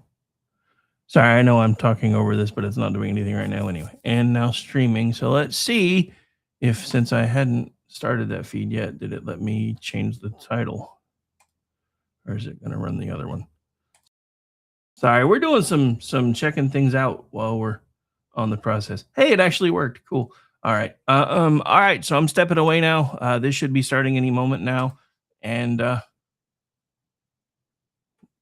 wait, I guess something. Oh, it went crazy because I had to pull the title. I was like, what is going on here? All right.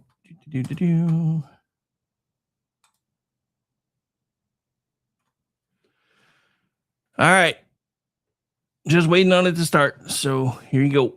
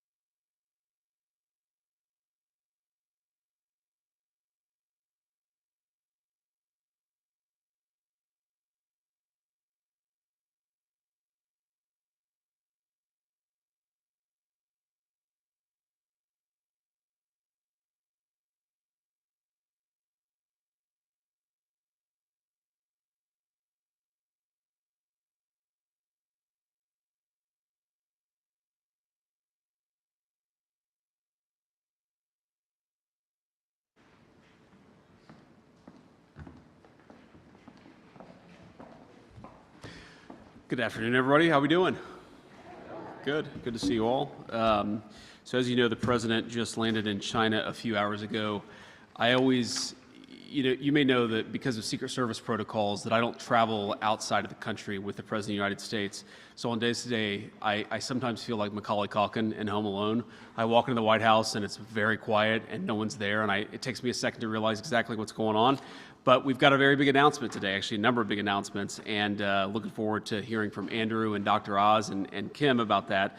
But let me just say that we've been hard at work over the last several months trying to make sure that we take care of the people's money and trying to make sure that the services that exist for the betterment of our fellow citizens, whether they're low-income kids who need access to food resources, whether they're low-income families who need access to medical benefits, that those programs are protected for the people who actually need them, that they don't exist to enrich fraudsters, but they exist for the American people for whom Congress has said they're entitled.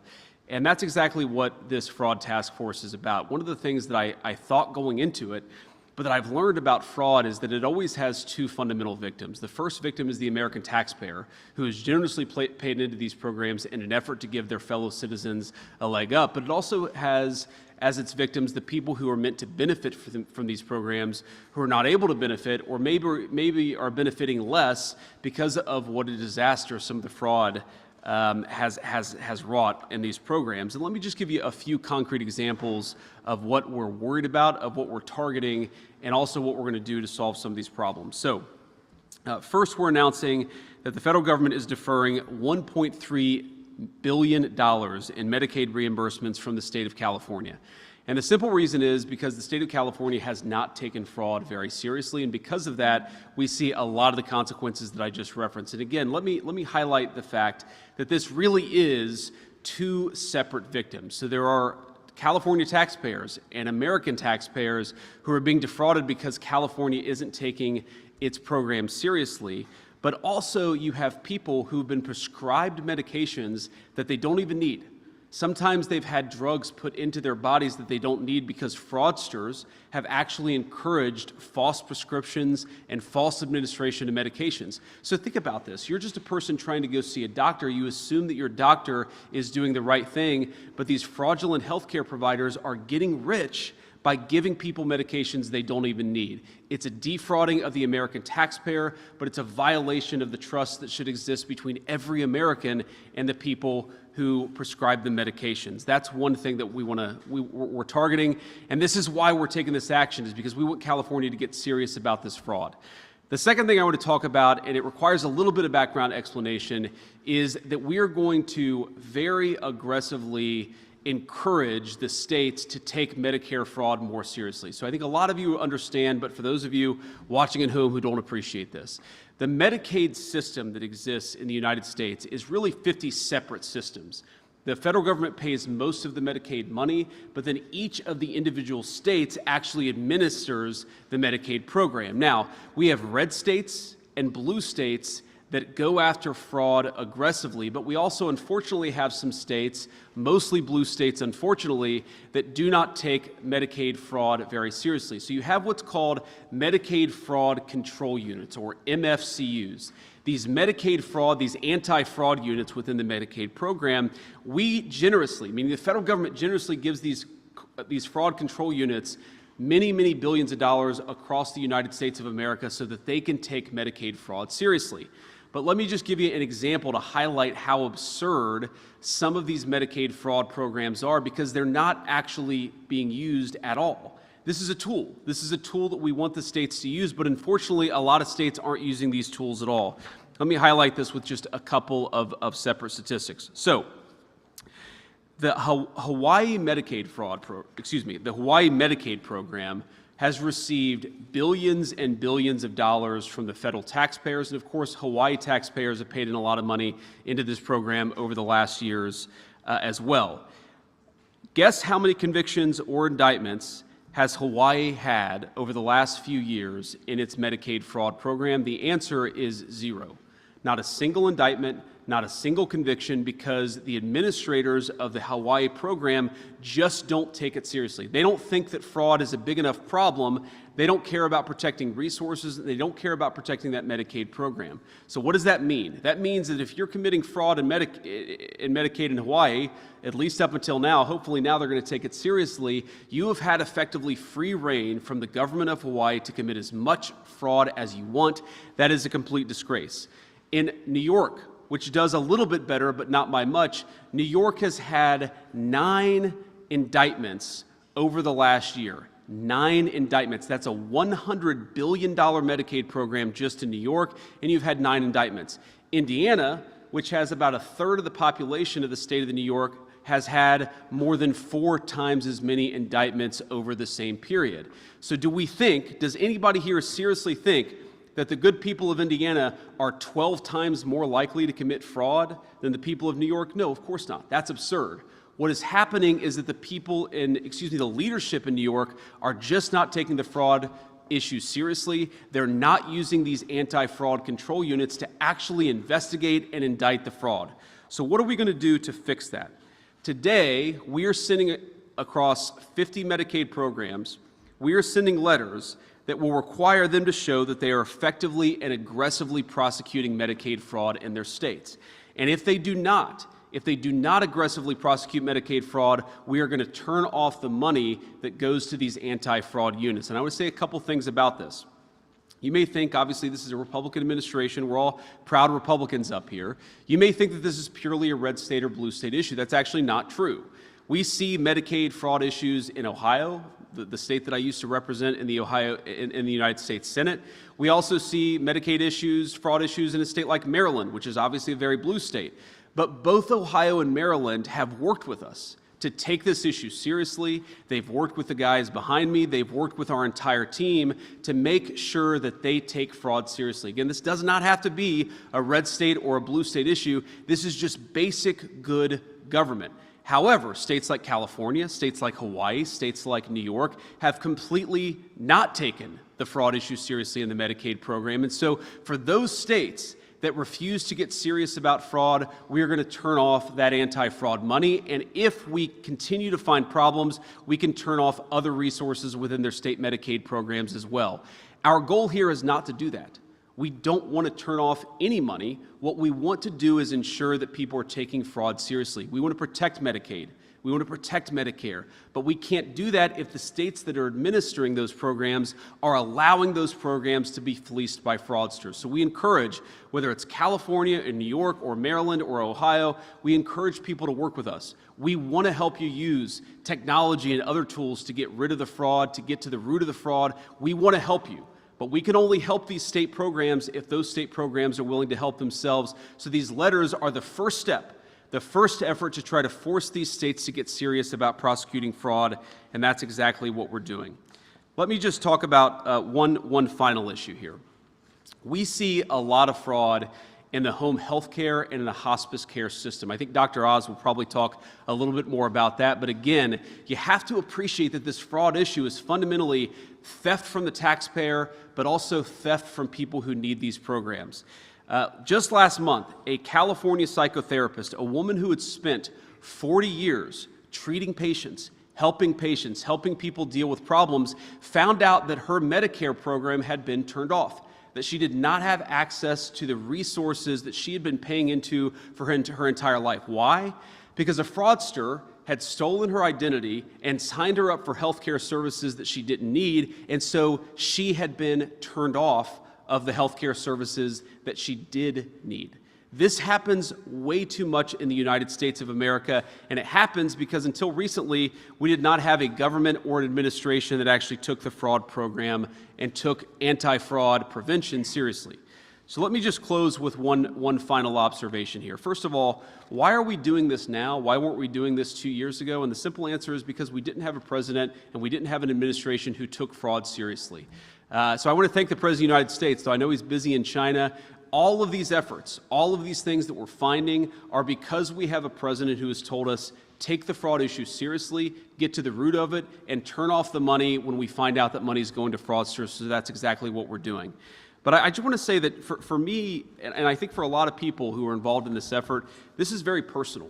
Because I'm not just the Vice President of the United States. I come from a family, and I grew up in a family where we sometimes benefited from these programs.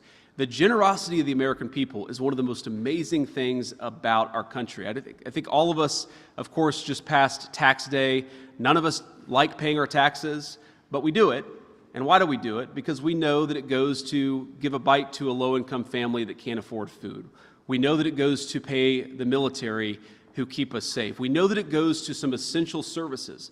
But that trust in our government, that trust in our institution, it depends on us taking that trust seriously. How long are people going to pay into programs if they know that that money doesn't go to a low-income kid who needs health care, but that money goes into a fraudster getting rich? This doesn't work, and this doesn't make sense unless we take fraud seriously. So I'm proud to be part of an effort in our government. I'm proud to lead the effort in our government to finally take fraud seriously. We want to protect these programs for the kids and the families who need them. We want to ensure that the American taxpayer isn't getting fleeced. And I'd say just a few months into it, gentlemen, we have done a very, very good job. Let's keep it up. So let me turn it over now to Andrew Ferguson, who's the Executive Director of our Anti-Fraud Task Force. Andrew has done an amazing job, but I have to give a special shout out, not just because she's my fellow Ohioan, to Kim, who has probably found more fraud and has saved the American taxpayer more money than any single official within the government over the last 3 months. Kim, you have been an all-star. We're proud to have you on the team. Thank you, guys. Well, I couldn't have put it better than the Vice President did. The only reason that what happened today happened is because President Donald Trump took this issue seriously that has plagued this country for decades and is committed to an all-of-government approach. And so to him is to who the credit goes. But the Vice President deserves tremendous credit here. It's hard to get the whole machinery of government moving. You need someone with the Vice President's abilities, with his gravitas, and with his determination to drive at these issues. That's the other reason we're here today. And while I'm at it, I want to thank Dr. Oz and Kim Brandt. A lot of the fraud problems are at HHS, and these two have committed countless hours, night and day, their staffs, their resources, to getting at these problems and fixing it. And where the states are unwilling to do their jobs and fix these problems, Dr. Oz and Kim have stepped up to take care of it. He's not up here today, but I want to thank March Bell as well. He's the Inspector General of HHS. A lot of the work we're going to have to do to get the states back in line and stopping fraud is going to go through March's office. You'll see his signature on the letter that went to the state Medicaid control units today. There's going to be a lot of work happening in the IG's office, and we're really pleased to partner with him. It's a shame we have to be up here at all, and with all due respect to the press, with this room full of reporters. It should not have taken a brave kid with a cell phone camera to point the American people at this issue. This is the result of decades of corruption, particularly in blue states like Hawaii, like the Vice President was just explaining, California, Minnesota, and New York, that have taken tens of billions of dollars to pay lawyers to go after Medicaid fraud that just simply have not done it at all. That's the whole point of these programs. If we have these cooperative federalism programs, we love federalism, we want to partner with states, we love subsidiarity, but if the states are going to participate in this, they have to protect their own citizens when they get access to these dollars. And not only are these dollars supposed to go to fight Medicaid fraud, I want to shine a light on the real human dimension of the complete negligence and malfeasance of some of these states here. One of the things they are obliged by law to do is stop elder abuse. That is one of the express commands that Medicaid fraud control units are given, is you are supposed to police Medicaid abuse and elder abuse in the Medicare system too, where so many of America's elderly citizens receive care. And so when the states just take this money and turn it into a jobs program for blue state lawyers, they are effectively participating in the elder abuse in those states, because the American people turned over their money to these state programs to protect their parents and their grandparents from elder abuse. And if you aren't doing it, you are effectively participating in that process. The Vice President highlighted this problem that we have in Medicaid, which is if a fraudster takes your identity, signs you up for benefits, when you go to try to get the actual benefits you need, you can be denied them. This is a problem we have found all over the federal government in benefits programs. I mean, imagine, we have examples of this. A mother on SNAP benefits going to the grocery store and trying to scan her EBT card to get groceries for her children, and some gang somewhere in California took her identity, maxed out her EBT card, and so her children are going to go hungry because of fraud that no one in the states is policing. And that is why what we are doing today is so important.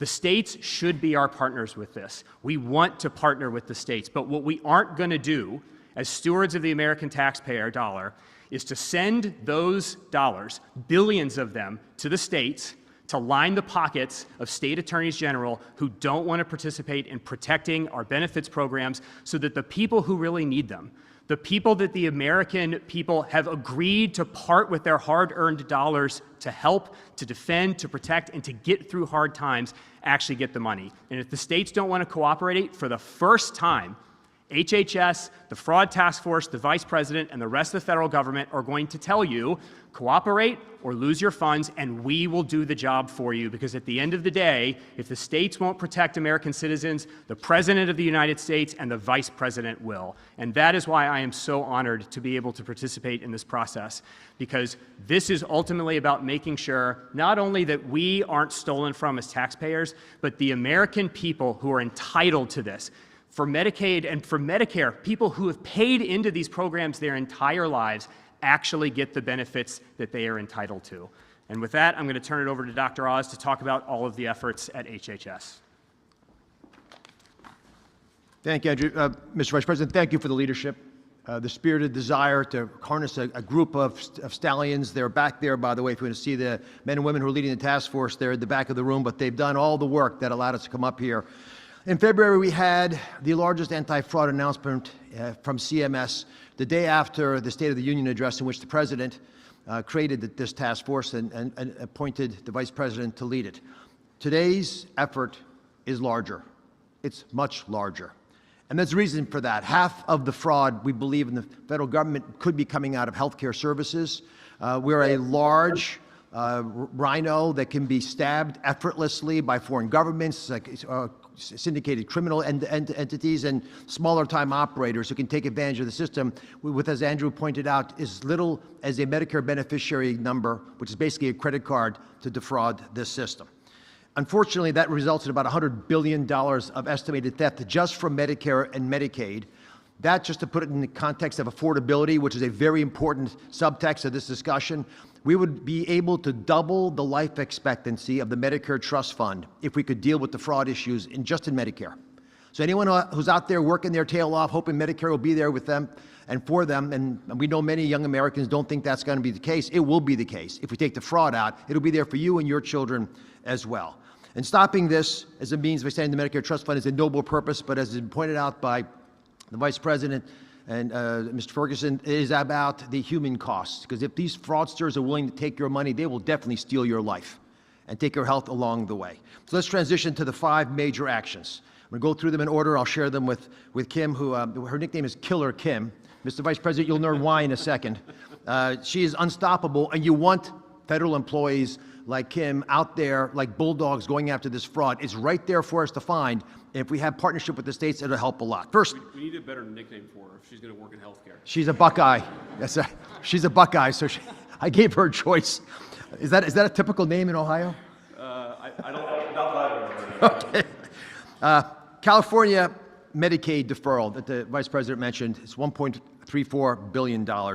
Their submissions of Medicare records in the backup estimates are generating major red flags for us. And we have looked carefully at these records. We are allowed to audit, looking back for a quarter.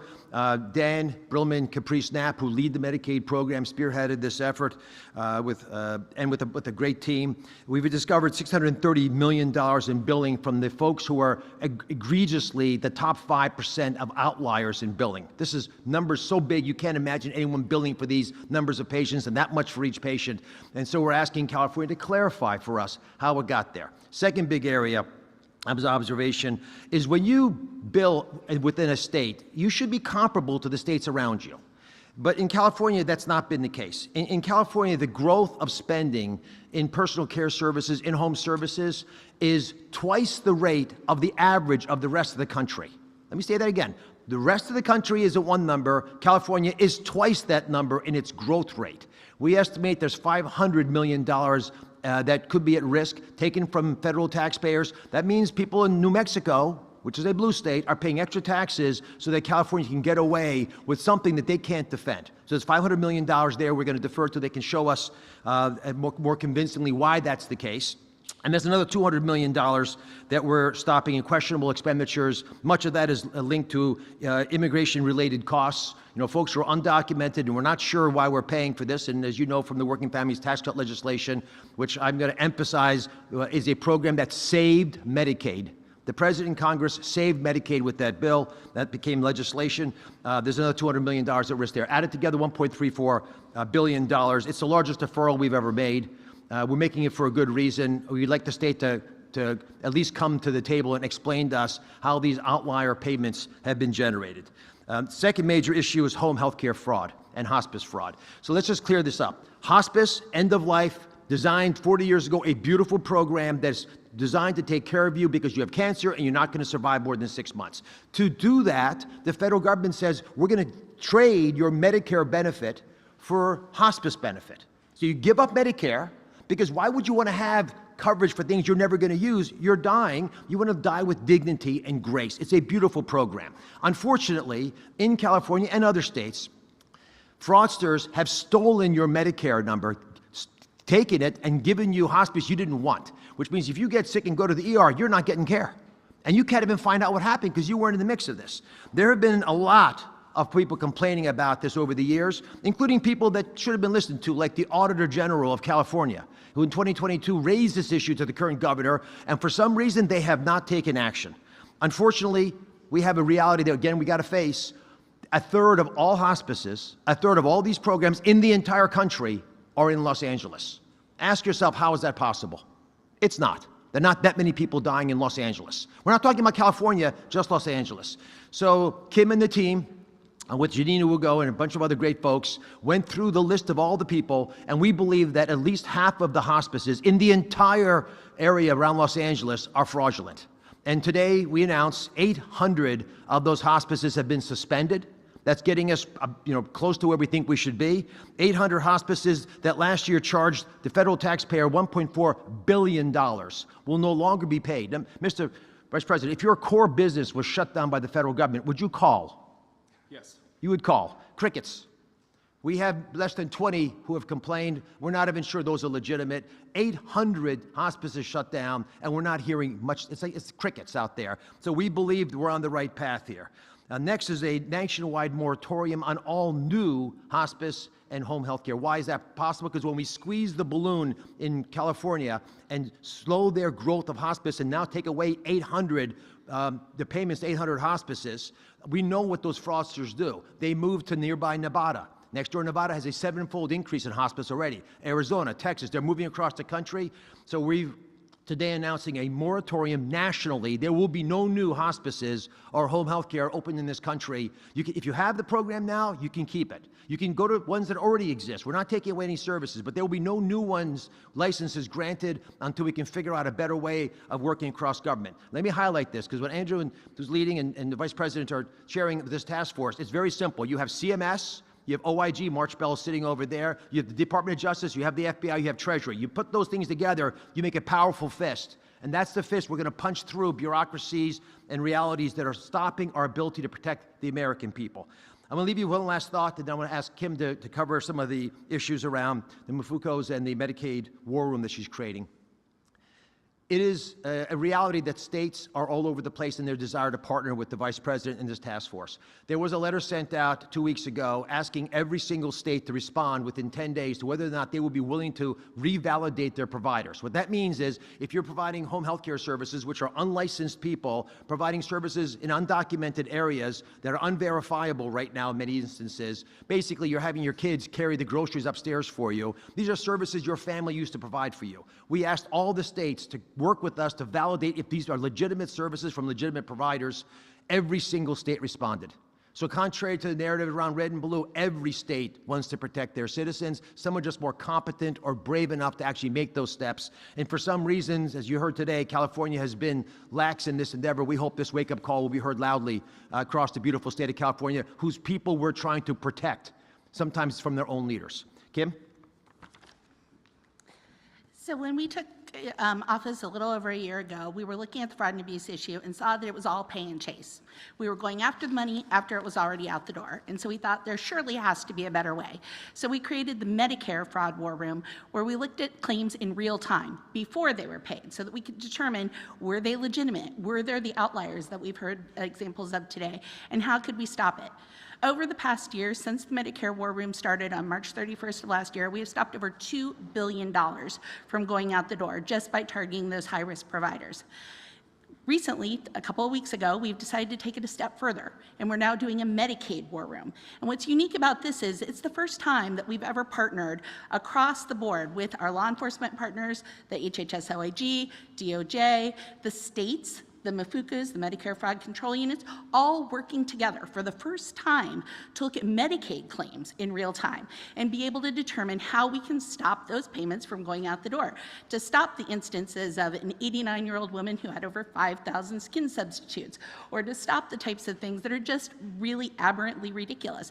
So what we've done is we have data analysts, we have forensic auditors, we have law enforcement people, all coming together in a virtual room. It's not an actual room like you think of like on TV, but they're all in a virtual room where they are looking at this in real time and then making determinations about how we can shut those bad guys down and how we can take action. And what has happened is we are now using our administrative authorities, payment suspensions, overpayments, civil monetary penalties, and the HHS OIG exclusion authority to really be able to take action against these people and make it so that we can hopefully bring that money back where it needs to and never let it go out the door. The key is we want to keep it so that it can provide the services for the people who most need it and who most benefit from it, and stop the bad actors from getting all the benefit. Thank you.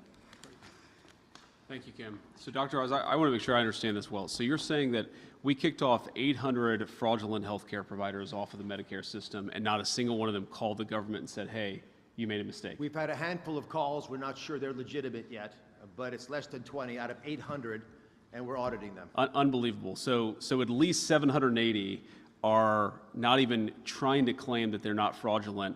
And again, those are businesses that we were giving hundreds of millions, in some cases billions of dollars to, not to provide services, but to make a fraudster rich. It's just completely insane. Drives home the scale and scope of the problem. Okay, we'll take a few questions. I will say the ground rules are, I will take the easy questions. Any hard questions are for Dr. Oz. Yes. With NBC News. I want to ask you first on the issue of fraud. As you're saying, if the administration is calling to specifically withhold Medicaid payments, why should the people who rely on those payments suffer the consequences for a state's failure to go after bad actors? And I have another question for you after. So I want to be clear here. We're talking about withholding the Medicaid fraud enforcement payments that go to the state bureaucrats. We're not talking about withholding people's benefits. We're talking about turning off the resources that the state government should be using to police fraud. And then instead, we're going to use those resources ourselves because we're actually taking the fraud issue very seriously. But I do think it raises a very important issue. There are going to be some, I'm sure, some politicians who say what you're doing here is harming the Medicaid program. We're trying to save the Medicaid program from dysfunctional state bureaucrats. If you allow hundreds of millions, billions, even more money to go out the door, not to healthcare services for low-income families, but to fraudsters, you eventually are going to destroy the Medicaid program. So this is why we say red state, blue state, this does not need to be a political or a partisan issue. We want to work with you to eliminate fraud and make these programs last longer for the people who truly need them. Thank you. And can I ask you, Mr. Vice President, when approaching the war with Iran, do you agree with the president's position that Americans' financial situations should not be a consideration in that decision-making process? Well, I don't think the president said that. I think that's a misrepresentation of what the president said. But look, I agree with the president that Iran should not have a nuclear weapon. We're obviously engaged in a very aggressive and very engaged diplomatic process to try to ensure that that doesn't happen. And the president has a lot of options, as he said repeatedly. There are options diplomatically, there are options on the military side, but the fundamental goal here is the president wants to make the world safe, but particularly the American people safe from Iran having a nuclear weapon. And one final point I'll say on that is, nuclear proliferation is one of those challenges that people don't realize. It's the biggest threat to America's national security, and it's not obvious until it is. Because what happens if Iran gets a nuclear weapon? Then multiple Gulf Arab countries are going to want to get a nuclear weapon. Then multiple countries from there are going to want to get a nuclear weapon. The goal of preventing nuclear proliferation is probably the single most important thing that we can do to keep our people safe for the long term. It's absolutely a worthy goal. But of course, the president and I and the entire team, we care about the American people's financial situations. It's one of the reasons why we passed the Working Families Tax Cut. It's one of the reasons why we're so focused on fraud. We care about how the American people are doing economically. We've also got a number of other challenges. Of course, the president has to confront all these challenges simultaneously. Yeah. Edward Lawrence from Fox Business. On fraud, the savings that you find among all of these states, what impact could that have on a federal deficit? Well, I think it'd have a very big impact, but a lot of it does depend on how well the states work with us. We think we're going to be much more effective if we're working with California as opposed to fighting California over every $1 billion of Medicaid fraud that exists in their system. I mean, there could be tens of billions, hundreds of billions of fraudulent payments within the California system if you count what's going to illegal aliens, if you count what's going to people, fraudulent businesses, if you count what's not going to the people who actually need it, but going to fraudsters. We would find that money a lot easier if California was working with us, which is why we've taken some of these steps. And the letters fundamentally are outreach. We're going to the states and saying, here are the things that we can do to work on this issue together. And of course, if they don't work with us, there are going to be penalties. We don't want to get there. We want to work with these guys. You heard Dr. Oz say this earlier. I've looked at the numbers myself. It's true. If you just deal with the fraud issue, you can prolong the Medicare and Medicaid trust funds well into the future. So it does have a significant budgetary impact, whether that's hundreds of billions of dollars or maybe even more. We're not going to know until we do the work, but we're going to do the work. Yeah, if I could on China. Let's do one question from each person. Go ahead. We can do both, you guys. You guys can fight for who goes first. Sure. Mr. Vice President, Reagan Reese with the Daily Caller. What's your reaction to the alleged home health fraud in Ohio, and why do you think this is happening in a red state? And just a question of clarification. You mentioned that some states aren't cooperating. What does that look like? Are they not responding to your calls? Are they stonewalling you guys? If you could expand on that. So I'll let Dr. Oz go into the details a little bit, but on the Ohio issue in particular, look, this happens everywhere. We're a big country, hundreds of billions of dollars goes out the door every single month from the federal government, and inevitably you're going to have people who try to take advantage of it. What bothers me is not that you have a few fraudsters out there, it's that the government hasn't taken seriously pushing it back. You're always going to have bad people. You're always going to have a few bad apples try to take advantage of the system. What's so unique about this country until recently is that we didn't take that seriously. We didn't try to push back against the fraud, and that's what's changed. When I talk about cooperating with these various states, and again, we've had some good cooperation with both red states and blue states, it's very context specific. But for example, let's say that we know we have a number of fraudulent Medicare or Medicaid providers. Working with the federal government to identify who those are, to kick them off the rolls so that when those companies, those fraudulent companies submit a reimbursement, they don't actually get any money in return. Now, sometimes the federal government has a better perspective on that, sometimes the states do, but that's one example of ensuring that local providers that are fraudulent are not able to get reimbursed or not able to get access to the resources. That's just one example. Dr. Oz, I'm sure you probably have 100 more in that brain of yours. Very succinctly, Minnesota, which we announced the deferment there when the Vice President and I were in this room several months ago, sued us. And we're trying to get them to wake up to a problem. The amount that we deferred was a small percentage of their rainy day fund. They sued us and sought a temporary restraining order. That's not what a partner does. The judge did not give them a temporary restraining order. We're going to California now in part because we couldn't get them to respond on things that we think they should have taken proactive steps on. If they've been warned for at least 4 years by their own auditor general that there's a massive problem with hospice and they don't deal with it, it pollutes the entire ecosystem. It creates corruption that rots the foundation of who we are. So on the 19th of December, after it had gone through all the different processes, the State Department of Health in California was going to mandate by the first of the year that you cannot have more than one hospice per provider. This is a red flag issue. Why would a doctor need to have 20 hospices? You have one hospice, do it right. They do 20 hospices because they're taking bribes, they're selling their license and their soul. For reasons we don't understand, and I'd love to pose that right here to the state of California, someone very senior in their government pulled down that rule, never let it issue, and we never got help from them. That's why we went out the first week of January to say, what's going on here? And we find out that, as the Vice President mentioned, the Medicare fraud detection units sometimes are not being enabled to do their jobs. These are the kinds of behaviors that people take when they're trying to hide the ball. And a question I'd love to ask the media to opine amongst yourselves, we're debating it as a task force, is do the governors always feel that fraud in Medicaid is a flaw? Or are there sometimes some reasons why it might be a benefit? It might be a feature of the way they're running Medicaid. The same way we had to stop legalized money laundering through state-directed payments and provider taxes and the Working Families Tax Cut legislation, we are concerned that some governors see these programs as jobs programs. And there are downstream impact of that resembles political patronage that we're very serious about. Mr. Vice President, thank you so much. Leonardo Feldman with Newsweek. Can you tell me a little bit about, the president has been toying this idea of a joint ticket between you and Rubio. What do you think about that? Oh, man. What I think is there are a few topics that I want to talk about less than what office I'm going to run for years down the road when I'm having a good time and trying to do good work in the job that the American people already elected me to do. Look, as I've answered this question probably in any number of ways. I love Marco. I think he's a great Secretary of State. He's become a very, very dear friend. But I think both of us are very much focused on accomplishing the American people's business right now.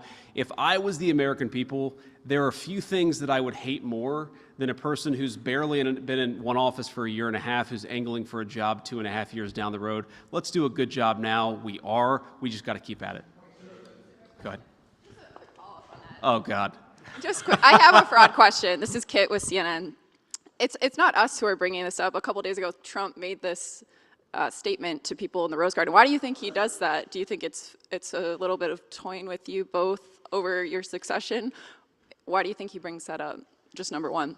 Well, I just don't think it sounds like the President of the United States to have a televised competition for who would succeed him as his apprentice. I just think that's not at all what you would expect the President to do.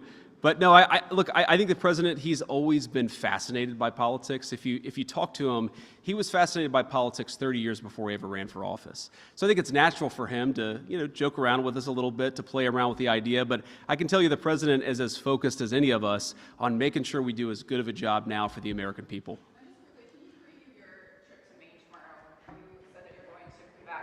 What are you going to be announcing, and are you engaging in good faith with the governor there about efforts? She said that she responded to a CMS letter. Just curious if there's any back and forth between you both. Yeah, there's been some back and forth. We'd love to have a better conversation, a better relationship, and work very deliberately on this question of fraud.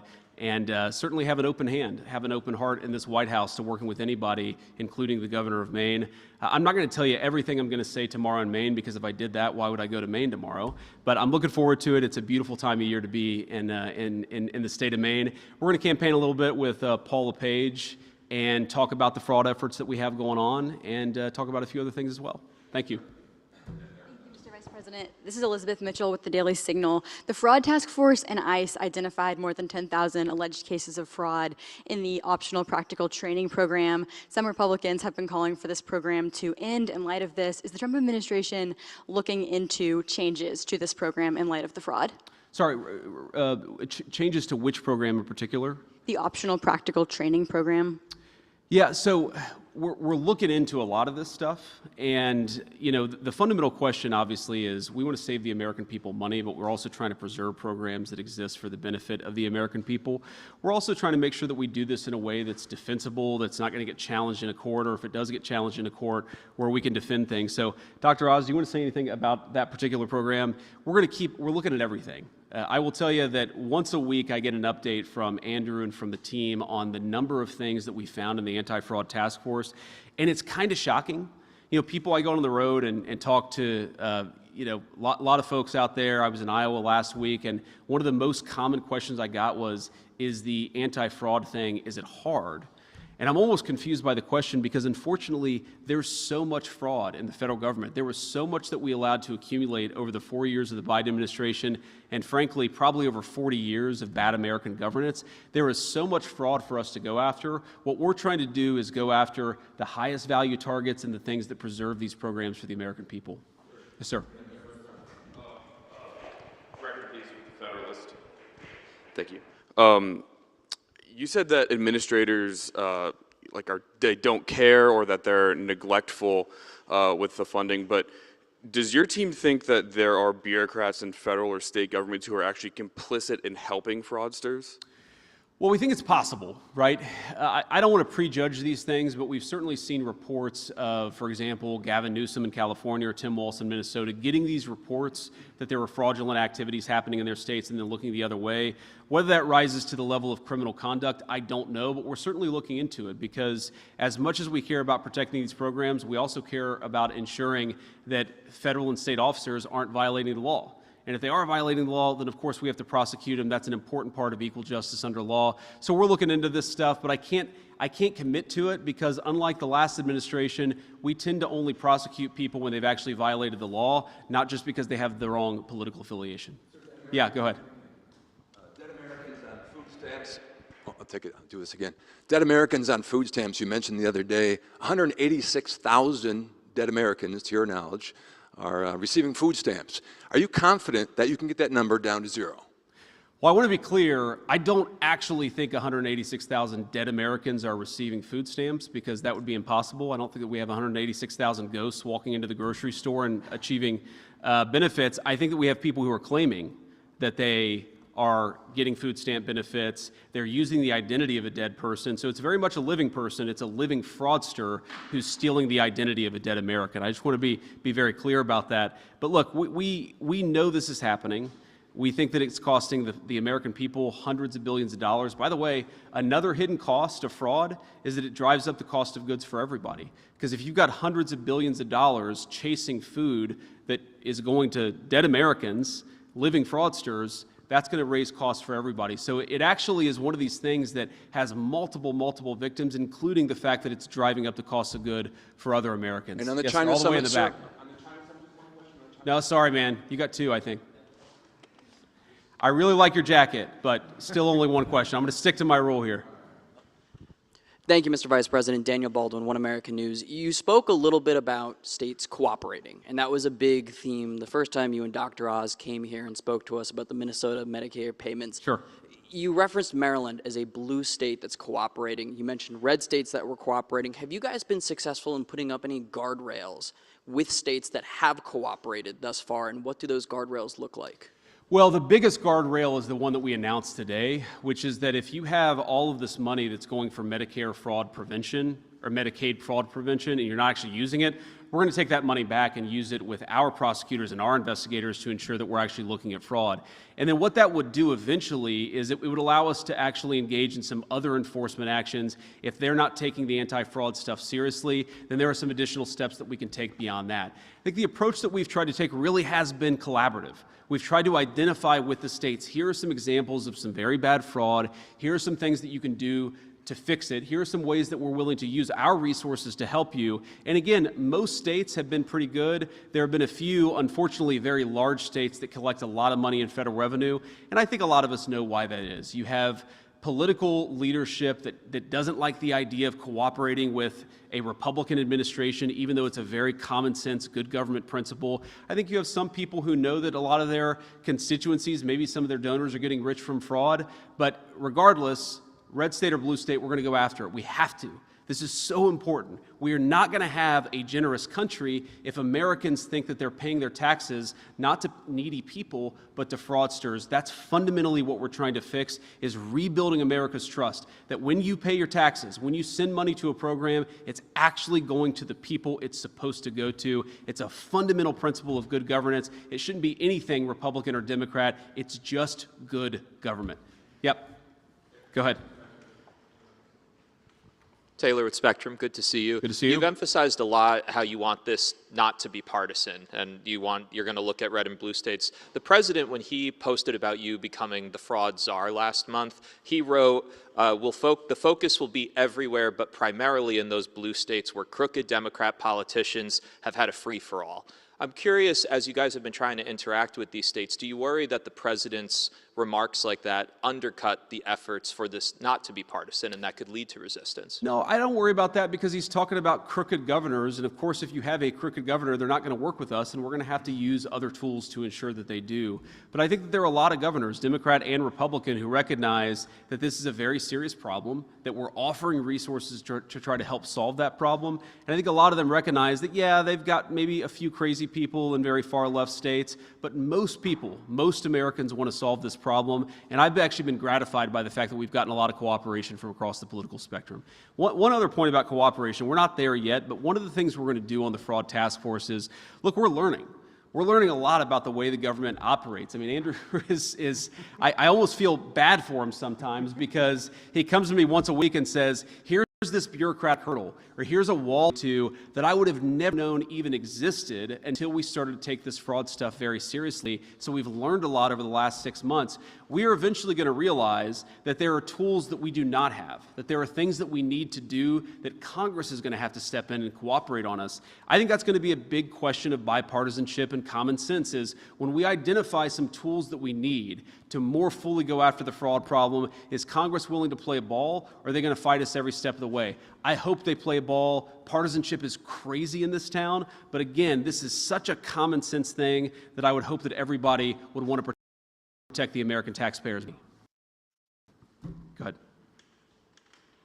CBS News. On Iran, can you tell us where negotiations stand? The president, before he left for Beijing, called the latest proposal unacceptable. So is the U.S. even talking to the Iranians right now, or where are? Yeah, so look, obviously these negotiations are very sensitive. I'm not going to tell you everything because we're trying to have a productive conversation. I spent a good amount of time on the phone with both Jared Kushner and Steve Witkoff this morning, a number of our friends in the Arab world this morning. Look, I think that we are making progress. The fundamental question is, do we make enough progress that we satisfy the president's red line? And the red line is very simple. He needs to feel confident that we've put a number of protections in place such that Iran will never have a nuclear weapon, right? That is the question. Do we meet that threshold or not? I think that we've made a lot of progress since we left Pakistan. I thought we made some progress in Pakistan, but we've made more since then. But that is fundamentally what we're negotiating towards, is we want to be able to look the American people in the eye and say with confidence that you are not going to have to worry about this very, very dangerous regime having access to the most dangerous weapons in the world. That's the goal that we're focused on. Again, there's a lot of ways to accomplish that goal. The president has set us off on the diplomatic pathway for now, and that's what I'm focused on. Yep. We'll do a couple more here. Thanks a lot. There was pushback from Senate Republicans yesterday in the conference meeting about the cost of the ballroom, which has ballooned to about $1 billion for the security aspect. Is there an IG, either for GSA or the Treasury, who would or should be eyeballing that project? And how do we make sure it doesn't balloon like some of these other government spending building projects? Well, I'm sure because of the nature of the project, you're going to have inspector generals who look at this, who look at the auditing, who look at the accounting, who make sure that this is done in a good way. I will say the President of the United States is a very good builder. And the reason why this is expensive is not because of the ballroom. The reason this is expensive is because of the security precautions necessary, things that have nothing to do with the ballroom itself, but have to do with the actual security infrastructure on the White House. We saw a couple of weeks ago what can happen when you gather the President of the United States and a number of people who are in the line of succession in the same room. We almost had something very terrible happen. And thanks to the Secret Service and their incredibly quick response, we didn't have a terrible thing happen. But one of the things it's taught us is that we've got to update. And there are things, frankly, I wouldn't even talk about in a public forum.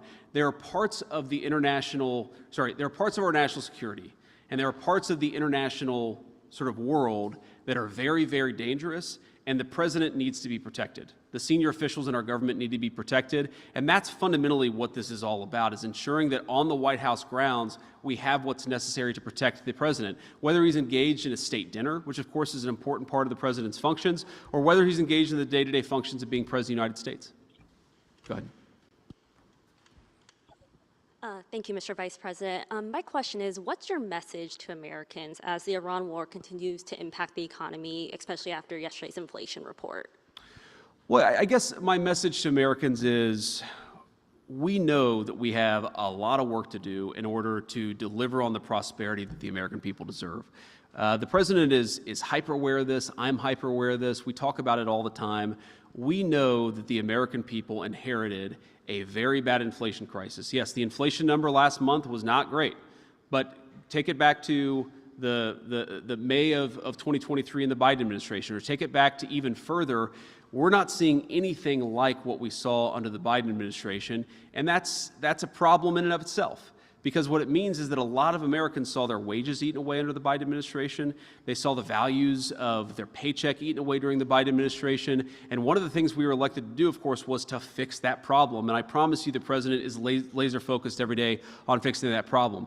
Now, what I will also say is that whether it's the working families tax cuts, putting more money in the pockets of the American people, whether it's bringing a lot of investment into the United States so that we can build the factories and the jobs of the future, the president's laser focused. This stuff does take time. In the same way that the Biden administration's inflation crisis ate away at workers' paychecks for 4 years, it's going to take us a little bit of time before we get workers in a position where we feel like we can look them in the eye and say, you are much, much better off, but that's what we're trying to do. We're going to keep on working at it. I think we made a lot of progress. If you look at the average household wage increase since Donald Trump became president, it's gone up. But we came from a pretty deep hole. We're digging meaning a pretty deep hole, the Biden administration. We're digging ourselves out of it. And what I want is for us to completely dig out of that hole and then to build a brighter and better and more prosperous future for the American people. That's what they elected us to do, and that's very much what we're focused on. Sir. Thank you, Mr. Vice President. Can we quantify the amount of fraud that's related to illegal immigrants? And what are the asks of California and these other states? What can they do to claw back some of this money that's being deferred? You know, I don't know that you can quantify it because it's so hard to keep track of all of the criminal migrants who are taking advantage of our system. I mean, they're taken advantage by, the average criminal migrant that we have in an American prison is costing us $60,000 to $120,000 a year, depending on the location. They're collecting health care benefits. A couple of states, California and New York in particular, they actually allow illegal aliens to benefit from the American people's, health care programs, which is just a disgrace. And just a travesty. I mean, if you go into an emergency room, you should know that you're waiting in line with other American citizens, not with people who have been placed to the front of the line by a fraudulent Medicaid program in California, but that's what's happening. We know this is what's happening, and again, it's driving up costs for everybody, it's making it harder to access health care, and it's absolutely fleecing the American taxpayer. It is a lose-lose-lose proposition. I've seen efforts to try to quantify this. I think the answer is hundreds of billions of dollars a year, whether it's 300 or 6, it is a lot of money between Medicare, Medicaid, food stamps, prison fees, everything that goes into the criminal migrant problem in the United States of America. It's a lot of money. And again, I talk about the American people. We're a generous country. We're a generous people. I love that about this country. But part of that generosity is that it extends to our fellow Americans. We cannot give Medicare and Medicaid benefits to all over the world. It's going to bankrupt those programs. They ought to belong to Americans first. And that, to me, is the fundamental meaning of America First, is that all of us take a look at our programs, take a look at the fraud, and we say, how do we ensure that the federal government works for the American people first? That's what we're doing every single day, and we're going to keep at it. Thank you, guys.